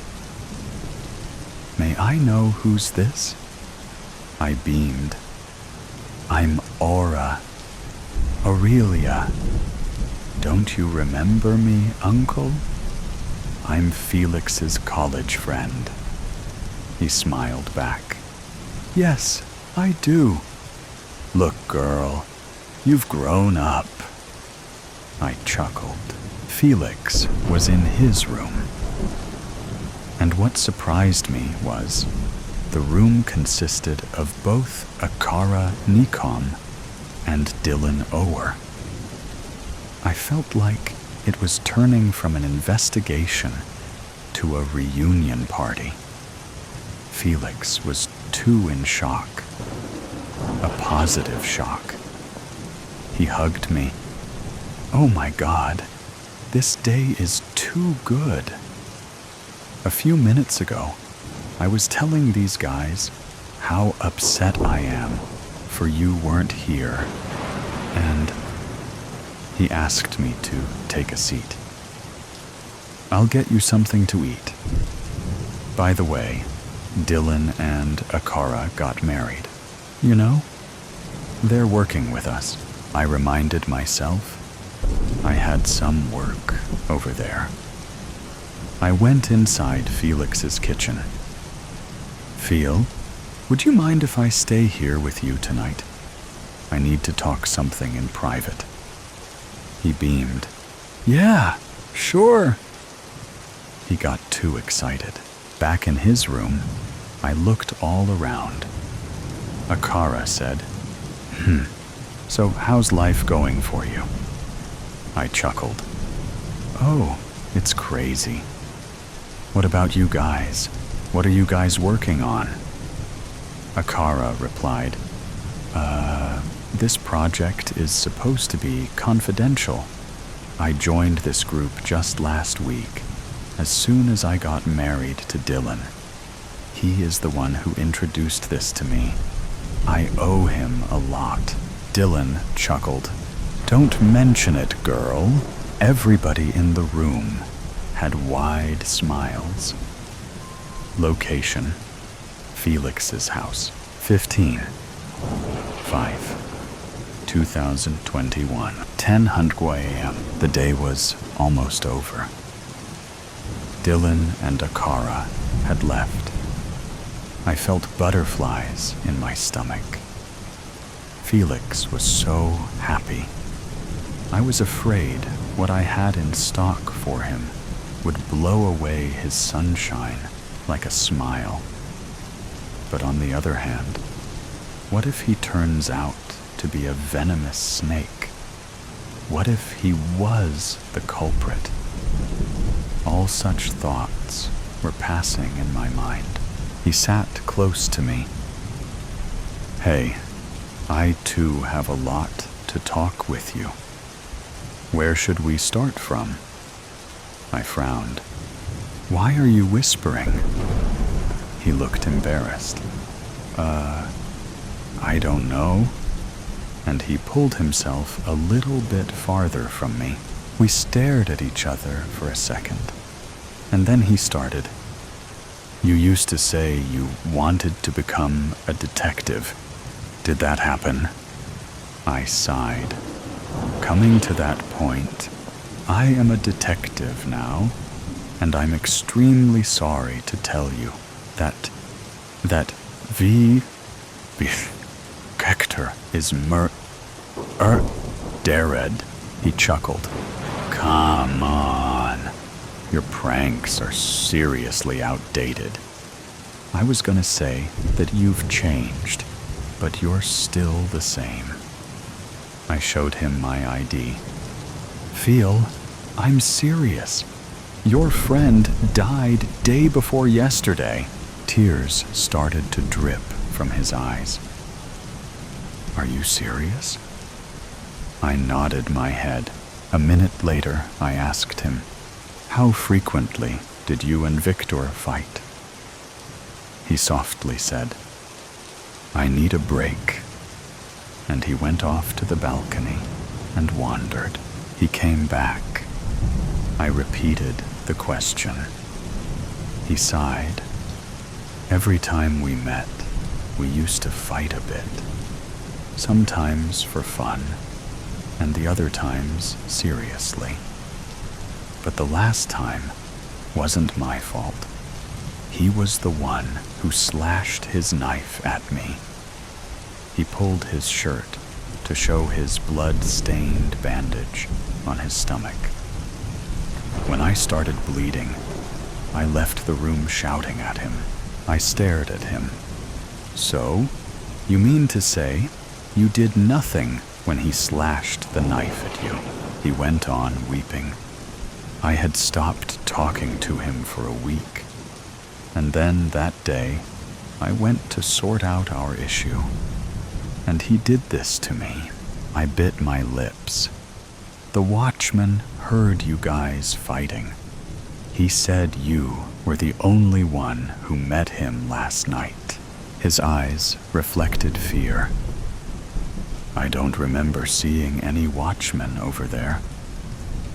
He shoved his head into his hands and went on weeping. He slowly rubbed his right hand on his old cut mark on his left wrist. I asked him, I know it hurts a lot, but what was the fight about? He was still rubbing the cut. I don't know. He was hiding something about the project, and I almost did everything in the project, but he never paid me on time. Or maybe he never paid me. I was struck in a terrible financial situation. He went on weeping. I thought maybe this played as a motive to kill him. Location: Chemtech Lab, 16/5/2021, 09:30 a.m. Back at the lab, I met the watchman. Hey, good morning. What else do you know about Felix's and Victor's fight? He waited for a second and said, well, you know, lady, they fight for the silliest thing in the world to the most serious thing in the world. Felix would frequently threaten to quit the project if he wasn't paid. He never understood that Victor was too in a financial issue. He wasn't able to pay his daughter's fees. I asked, anything else? He thought for a moment again and said, few days before they fought, Felix stole the money Victor had for paying Irina's fees. He said it was an emergency. Victor was very upset because they suspended his daughter from school for a month. I nodded my head. So was the fight verbal or physical? He didn't waste a second. Physical? Galina gave me the key to the lab. Hello? I asked her. If you don't mind, shall I ask you something? She nodded her head. I started. What kind of relationship did Felix and Victor have? She shifted her hair falling on her face. Victor used to treat him like his own brother. But suddenly, things started to fall apart. I then asked her, "What about Dylan and Akara?" Galena replied, "They're cool. They've joined recently." Victor told that if the project was compatible with these guys, then he would no longer need Felix. I roamed around the lab and started feeling thirsty. So I walked myself to a nearby shop, leaving Jack in the lab. I asked for juice. He passed it to me. "So, ma'am, are you the one investigating Viktor Antonov's murder case?" I nodded my head. "Yes, I am the one." He came near to me. Don't trust the watchman over there," I whispered. "Why?" He said, "Madam, that fool is a booze head. He drinks every night and goes to the backyard of the lab and lies down there." I was like, "Okay." "What?" I quietly came back and whispered into Jack's ears. Now I was very confused about what to trust and what not to. I checked the lab for more clues. Galena asked us to join her for lunch. Location: Victor's home, 16/5/2021, 11:30 a.m. As Galena was preparing lunch, I roamed around the house. I met his 14-year-old Irina over there. She was in her room, sad. I went to her. "Hey, do you want to paint?" She said, "No." I knew what she was going through. I sat beside her. "I know it's hard." She turned towards me. "I was thrown out of the school. Gradually, Felix stopped taking my tuitions, and now Dad is gone." She wept. I told her, "We'll find out who did that to your dad, and we'll put him in jail." I asked her, "What kind of tutor was Felix?"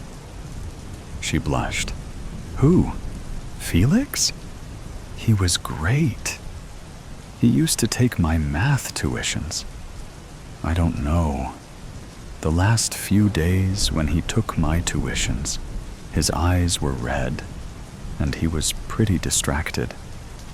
And in the middle of nowhere, my dad pulled him to his room and smacked him badly. I never knew why." Galena came to the room, pulling Irina, and whispered, "Don't talk about that idiot in our home." There was a strong motive for Felix to murder Victor. He faced a series of depression during his college day, and when he came out of that, he came out violent. I found an unposted letter over there. It was from Victor to Felix. I tried to read it, but due to Galena's presence, I put it into my pocket. Location: Felix's house, 16/5/2021, 3:45 p.m. His father asked me to wait in Felix's room while he had gone somewhere out. I found another letter in his home.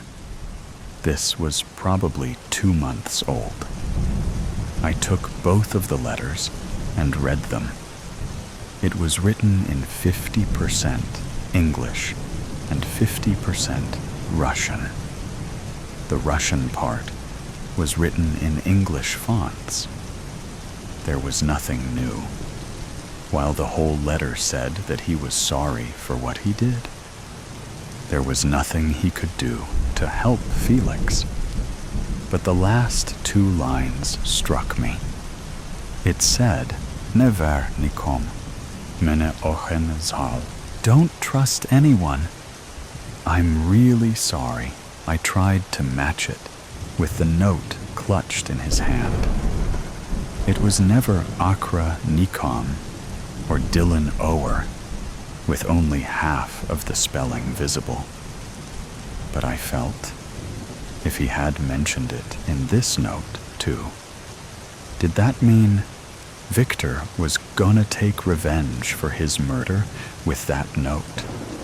But that would be really melodramatic, to write sorry, and all while you die. I looked at the letter even closely for clues. That's when I found out. The scribbling before feel meant ask feel. I smiled. I said to myself, Aura, he probably wanted the finder of his body to ask Felix about something. Or maybe he wanted us to question him. I could hear Felix's voice and footsteps. I put the letters in my right pocket and the note in my left pocket. I already had a note, too, where I had arranged those numbers in order. He was still in the same condition. He smiled, but not from his heart. I tried not to waste time. Feel? What are your comments on this note? He slightly glanced at it. That's my phone number, but the commas are crazy. In between them, I sighed. What would it mean with the commas? Suppose you find this number somewhere not related to you. He pulled that note from me and stared at it. He constantly mumbled to himself. After 5 minutes, he said, if I went by the element's atomic number, 66, 57, 7, 8, 74, 68, would mean dysprosium, lanthanum, nitrogen, oxygen, tungsten, and erbium.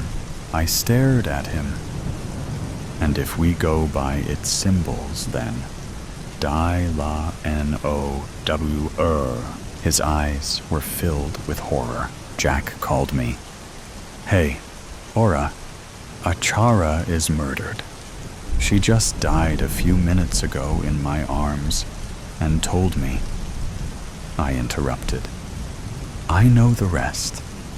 Just come to Felix's house and give him protection. I'll catch him. We'll find out the why after that. Countdown to death. I stared at the wall with half-lidded eyes and gulped. My breath was hoarse and croaky, my throat dry and absent of hydration. My hands trembled uncontrollably, scrambling for the cheap chalk, even though my eyes never once graced the sight of the white stick. My exhales were never rhythmic, constantly choking on the air as I mentally tried to inhale and exhale at the same time. I looked at every line drawn individually, memorizing what each meant to every detail of the messy scratch. There drawn were tallies, 42 singular ones, 8 full ones, with 2 to spare, to be exact. Each resembled each day I was kept here, in this hell. And they were slowly counting down to the inevitable release. I had 3 more weeks to fully understand my limited time here. My eyes suddenly widened as I let out a scream of terror. A scream that my fellow prisoners were very accustomed to. A scene of trauma washed over my eyes and sent my body crashing down onto the floor in pure fear. A sense of panic overwhelmed me, and my body began to sweat. All my movements henceforth were uncontrollable and predicted by the past. My emotions were painfully drowned by regretful memories that I begged to forget. I could only watch as my gravest mistake haunted me once again. "Paulette!"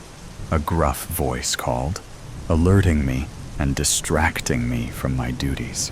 Paulette Ann Hadley. That's me.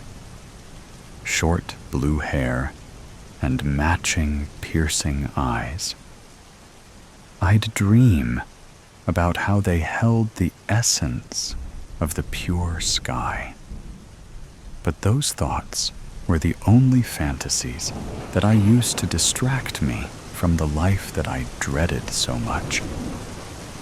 Then again, I was very far from pure, even before the incident. "Paulette!" they shouted again after only a few seconds of waiting. Impatient as always, incompetent as always, the voice belonged to my master, the Earl of Daventry, Sir Peter Holmes, a sorrowful old man who spent his seemingly endless days laying in his bed or sat in his office, scoffing his face with the fatty meals the chefs were forced to cook to fulfill his never-ending stomach. He ate his feelings. I'd feel sorry for him if he weren't such a bastard. "Paulette!" he screeched for the third time, all in the span of 20 seconds, so loud that I saw the family of mice that lived in the corner of the laundry room scurry across the dusty cobblestone floors in fright. I rolled my eyes in frustration and slapped the grungy old rag I used to clean the counter into the rusty steel sink. I tightened my apron and smoothed out the traditional maid's dress, all while cursing to myself in irritation. My uniform was nothing out of the ordinary for a low-classed maid like myself. Black and white, all the way through, of course. A short black dress with a white apron, white stockings, and black buckled shoes. I hurried up the grand staircase of the large Daventry estate, my feet thanking me for gifting them of a different surface to stand on that wasn't rough, uneven stone. Luscious carpet was certainly a lovely change from grubby concrete. Reaching my master's doors was something I was always dreaded because of what lay on the other side. I pressed a hand against the shiny wood, recently dusted and glossed by yours truly. The smooth touch of the spruce was nice against my sore and worn fingertips. "Master," I greeted with a sickly sweet tone, a forced smile painting my features. I could almost feel my left eye twitch in pent-up hatred. "Paulette!" he roared, his voice deep and gravelly. He was laid down on his satin sheets that held many empty plates and cups from the meals I had brought since this morning. They were already piling up. This sight was nothing new to me. This is what I spent my life's work on. This is what drove me insanity. A plate mounted with Victoria sponge cake rested on his rising and falling stomach. Oh, how I wanted to rip it open. "Yes, master," I repeated, my voice bearing the same bittersweetness as every phrase that escaped my lips directed to my mortifying master. "I don't pay you to lounge around. I have been waiting for hours," he scolded, only to choke on a strawberry that had been layered between the sponge. Bits of red fruit spewed out into the air and dirtied the satin sheets with spit and berry. I cringed at the sight, but tried to contain the look because of the presence of my judgmental master. I enjoyed watching him struggle. "I was just finishing up the washing, master," I responded simply, never giving him the gift of eye contact. "I don't care what you were doing," he snapped with a snarl. "Clean up this mess. I am lying in filth. Hurry up, woman." He turned to his side, without giving a care about the plate that slid off his bloated stomach and smudged jam onto the expensive emerald. "Clean me up too," he ordered, with his own ugly, toothy cringe, showing off grimy yellow teeth. I rolled my shoulders backwards and relaxed my joints in a desperate attempt to contain my rage. I took 3 deep breaths through clenched teeth and slowly walked over to my master, my anger increasing with every step. I piled the empty plates into stacks and balanced them on my forearms to get the task done in one go and get away from my master as soon as possible. My muscles tensed under the weight of so much weight and sent my body to lean forward uncontrollably and my face to squish into the duvet. This would be a simple, clumsy topple to anyone but myself. Due to the superiority complex my master harbored, a deathly scream was sent sounding around the master bedroom. "Paulette, how dare you assault me like this?" He shrieked like a toddler as he pulled away from my body as if I were a parasite. I gulped, my body pulsing with overwhelming fury. My breaths became hollow and uneven, my lungs aching at the lack of oxygen I provided. Sorry, I stuttered, my voice dipping from a forced sweetness to a deep sarcasm. A sore cough followed my words, and a ripple crawled up my spine like a wave of violent anxiety washing over me without placing my eyes upon it. My fingertips grazed the blade of a knife covered in grease. My eyes widened, and all of a sudden, my movements were prioritized over my thoughts. My grip tightened on the kitchen knife, the sharp blade digging into my finger's flesh and drawing blood. The red liquid sunk into the satin and stained the fabric. But that was no problem, as lots more blood was soon to follow after. I let out a whimper as pain soared through my nerves, but I paid no matter. My only mind's focus was on the man who stared at me in confusion and growing anger. I couldn't care less about his emotions because they soon morphed into ones of pain and shock as I stabbed the tip of the knife into his belly. I pulled my hand off the blade and smeared my blood onto his naked stomach. I subconsciously let out a joyful yelp at the sight of his blood mixing with mine and creating an uncomfortable solution of growing red. I pressed my uninjured hand against the wooden handle of the knife and pushed the blade further into my master's stomach. I hastily pulled out the deadly weapon and plunged it back into his stomach. Blood splattered onto my dress, onto the bed, and onto my face.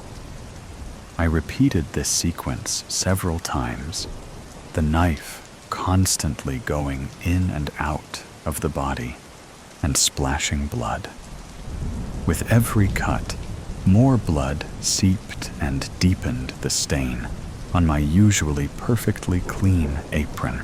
My face was now smeared in the metallic-smelling liquid and was dripping down my chin as if I were slurping soup, but missed my mouth. Master died after just a few stabs due to bleeding out and contagious infection. But that didn't stop my excitement. I sliced as much flesh as I could, covering as much surface area as I could, and slathering it with fresh, pungent blood. I made sure not to leave any area untouched with my bubbling rage. My lips twitched as a laugh escaped my throat, choking on itself and departing in the form of an evil cackle. I doubled down in laughter as pure ecstasy ran through my veins.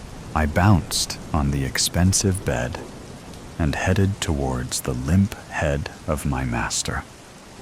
I swiftly sliced the knife across my master's throat and admired the way sickly liquid swam down his wrinkled neck and ran down his chest like separating rivers.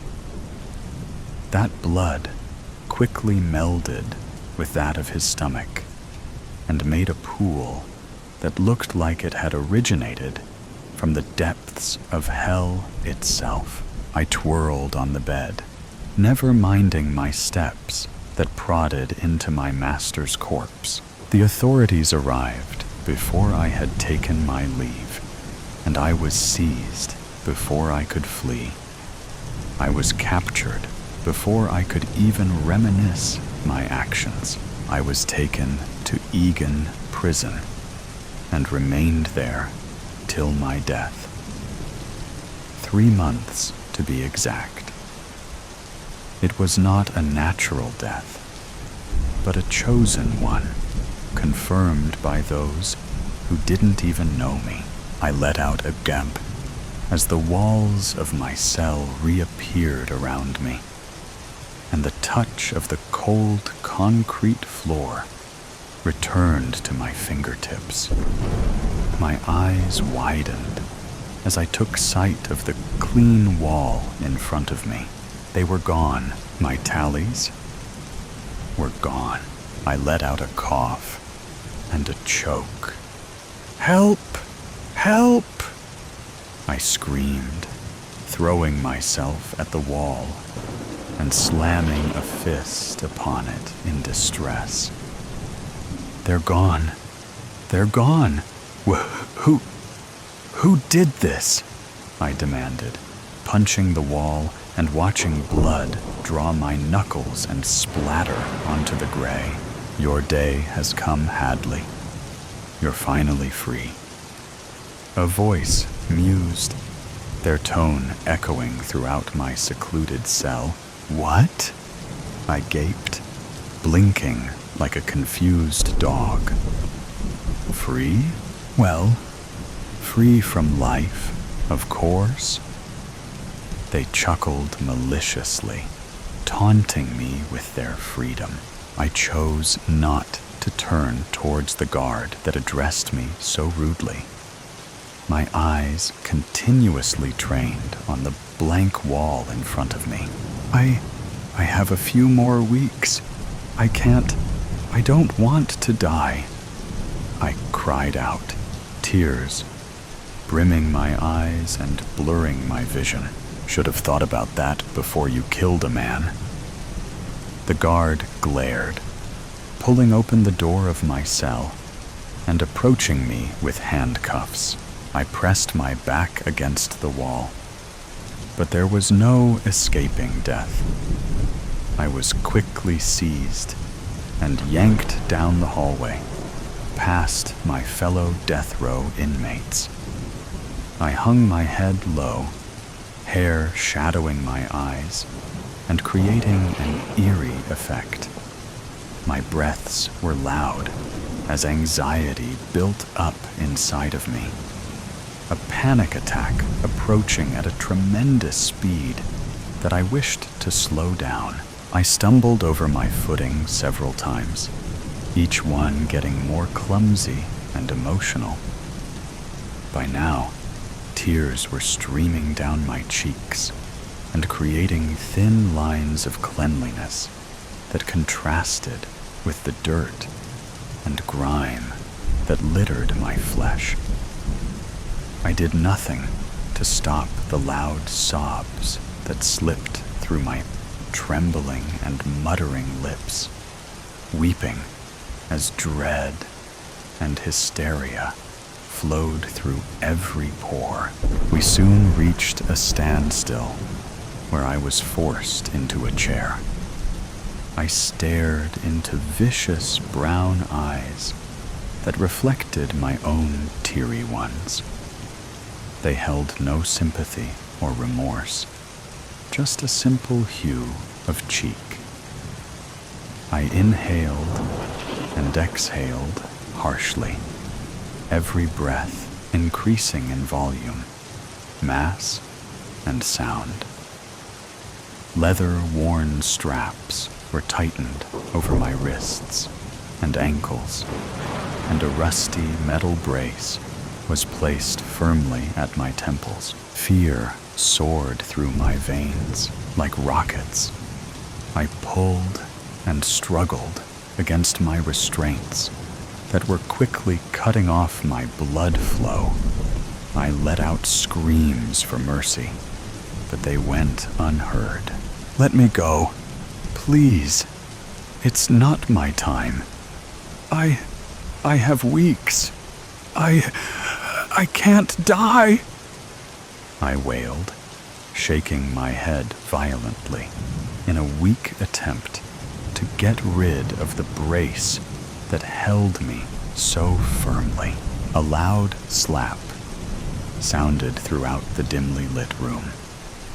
My head was thrown to the side, and a pulsing sting was sent flaring at my right cheek. My pleads and sobs ceased. Just a quiet whimper left in its place as a final emotion of sorrow took its toll. Shut it, woman, a guard hissed. Paulette Ann Hadley, you are sentenced to death via electrocution for the murder of Sir Peter Holmes on January 16th, 1898. Do you have any last words? Another guard recited, his tone bearing no sincerity whatsoever. I took a deep breath, lifting my gaze and meeting his to dramatize my following words. A scowl was painted at my lips, and furrowed eyebrows of anger took over my features. He deserved it. I growled with nothing but rage in my voice, a pull at the lever, and a crackle of wiring. Electricity was sent pulsing through my brain and sparked an agony that tore scream after scream from my dry throat. Quickly, my mind was sent spiraling into the endless dark abyss known as death, murder. Hi, Miranda. I'm officially Officer Zionel, but you can call me Zoe. I just want to ask you a few questions about the recent situation. Zoe, don't say recent situation. It's stupid when we all know that what you mean is murder of your father. You're a feisty kid, Miranda. Thanks. I take it as a compliment. Now that we got that out of the way, do you remember exactly where you were at exactly 6:53 p.m. on July 17th? Gosh, I don't remember. It seems that all of my memories have been wiped from my head. Miranda! Okay. I won't be a brat. But you said yourself that I'm feisty, Zoe. I didn't mean it as a compliment, like you took it. Whoa, ho, ho. She's got an attitude, too. I think we'll get along. So, what's the real answer to my question? I was at the bowling alley with my twin Maya and our best friends Sarah and Diavian. We were about to eat pizza before the next game. It was a tournament. When Gima called and said Dad was shot.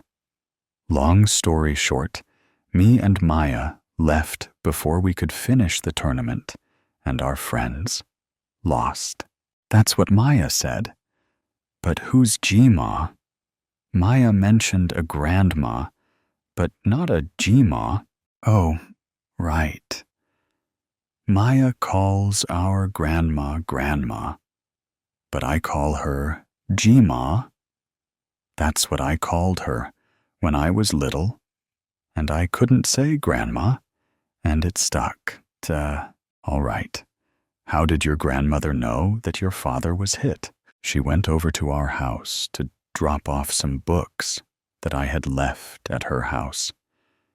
And that's when she found him. Dead as a doornail, right there on the kitchen floor. You and Maya's stories are matching up, but Maya seemed a lot more emotional about this than you do. She was practically sobbing as she talked to me. Why are you so cool and collected?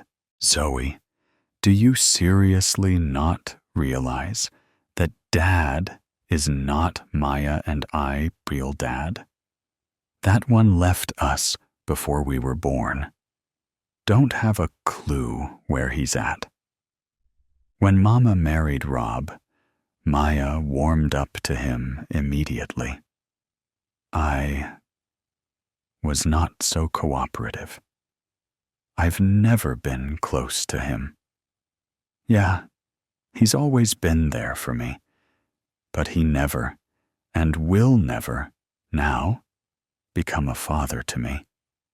When I first found out about it all, I was a little upset. But it only took me a day to be over it. Maya, like you said, is still a wreck. Oh, I understand now. So, the first person your grandmother called was you. Not Maya, or your uncle, or any of your aunts, not even your mother? Yeah. Now remember that this was Mama's mama. She didn't want to hurt Mama right away. Maya would be too sensitive too, and she didn't have any of Rob's siblings' numbers.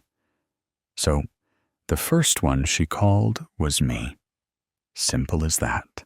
Maya told me that your grandmother called you first because she thought you were closest to Rob. You're a bad liar, Zoe. I know my sister, like I know my own mind. She, and everyone else in our family, already knows that I'm not the closest person to Rob. So what did she say? You know, you should be a detective. I did my best lying, and you still got me. That could come handy in a lot of situations if you become a part of the force. Yeah, whatever. What did Maya say? Same thing as you, Miranda. Okay. So, now what? Can I leave? Please. I need to talk to Maya. She's probably hysterical by now. No, you can't. I'm sorry. There are still a few more questions that I have to ask you. Where was your mother when Rob was so awfully killed? She was at work, at the hospital. They were short-staffed. Okay, this may be a dumb question, but do you know where your aunts and uncle were? Yeah, they were all getting together for a dinner at Olive Garden. Rob was going to go with them. I'm guessing that he must have been on his way out when he was shot. Do you know of anyone who had a grudge against Rob? Miranda, who is it? Shensa. Miranda, was it you? Kayan. Why, Miranda? Hasisasa. Miranda! I hated him. He abused me. He slapped me, punched me, kicked me. He verbally abused me too. He never did it to anyone else. Your sister knows. She's covering up for you. Yes? Was it self-defense? Or did you do it because you were so sick of it all? Self-defense. Despite all of these lies, I promise you that it was just self-defense. He was trying to hurt me again. He was screaming at me. I went into his room and got into the gun safe. I pulled the gun out. I hid it behind my back while I walked downstairs. In the kitchen, he started to slap me and punch me in the gut and face. After a few minutes, I just shot. I couldn't stop it.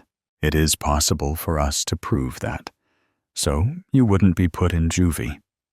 For now, though, you'll have to stay here at the station. I'm sorry, Miranda. I can tell you're telling the truth, but I can't release you until we can prove that, now that you've admitted that. I understand. All right, come with me. We're going to go talk to Maya. Miranda! Oh, God. You told her, didn't you? Yes, I did, Maya. I'm sorry. It's okay. I still love you. I love you too. All right, girls. Maya, will you tell me the truth of what you know? Of what actually happened? That's the thing. I don't know anything. All I know is what Miranda told me.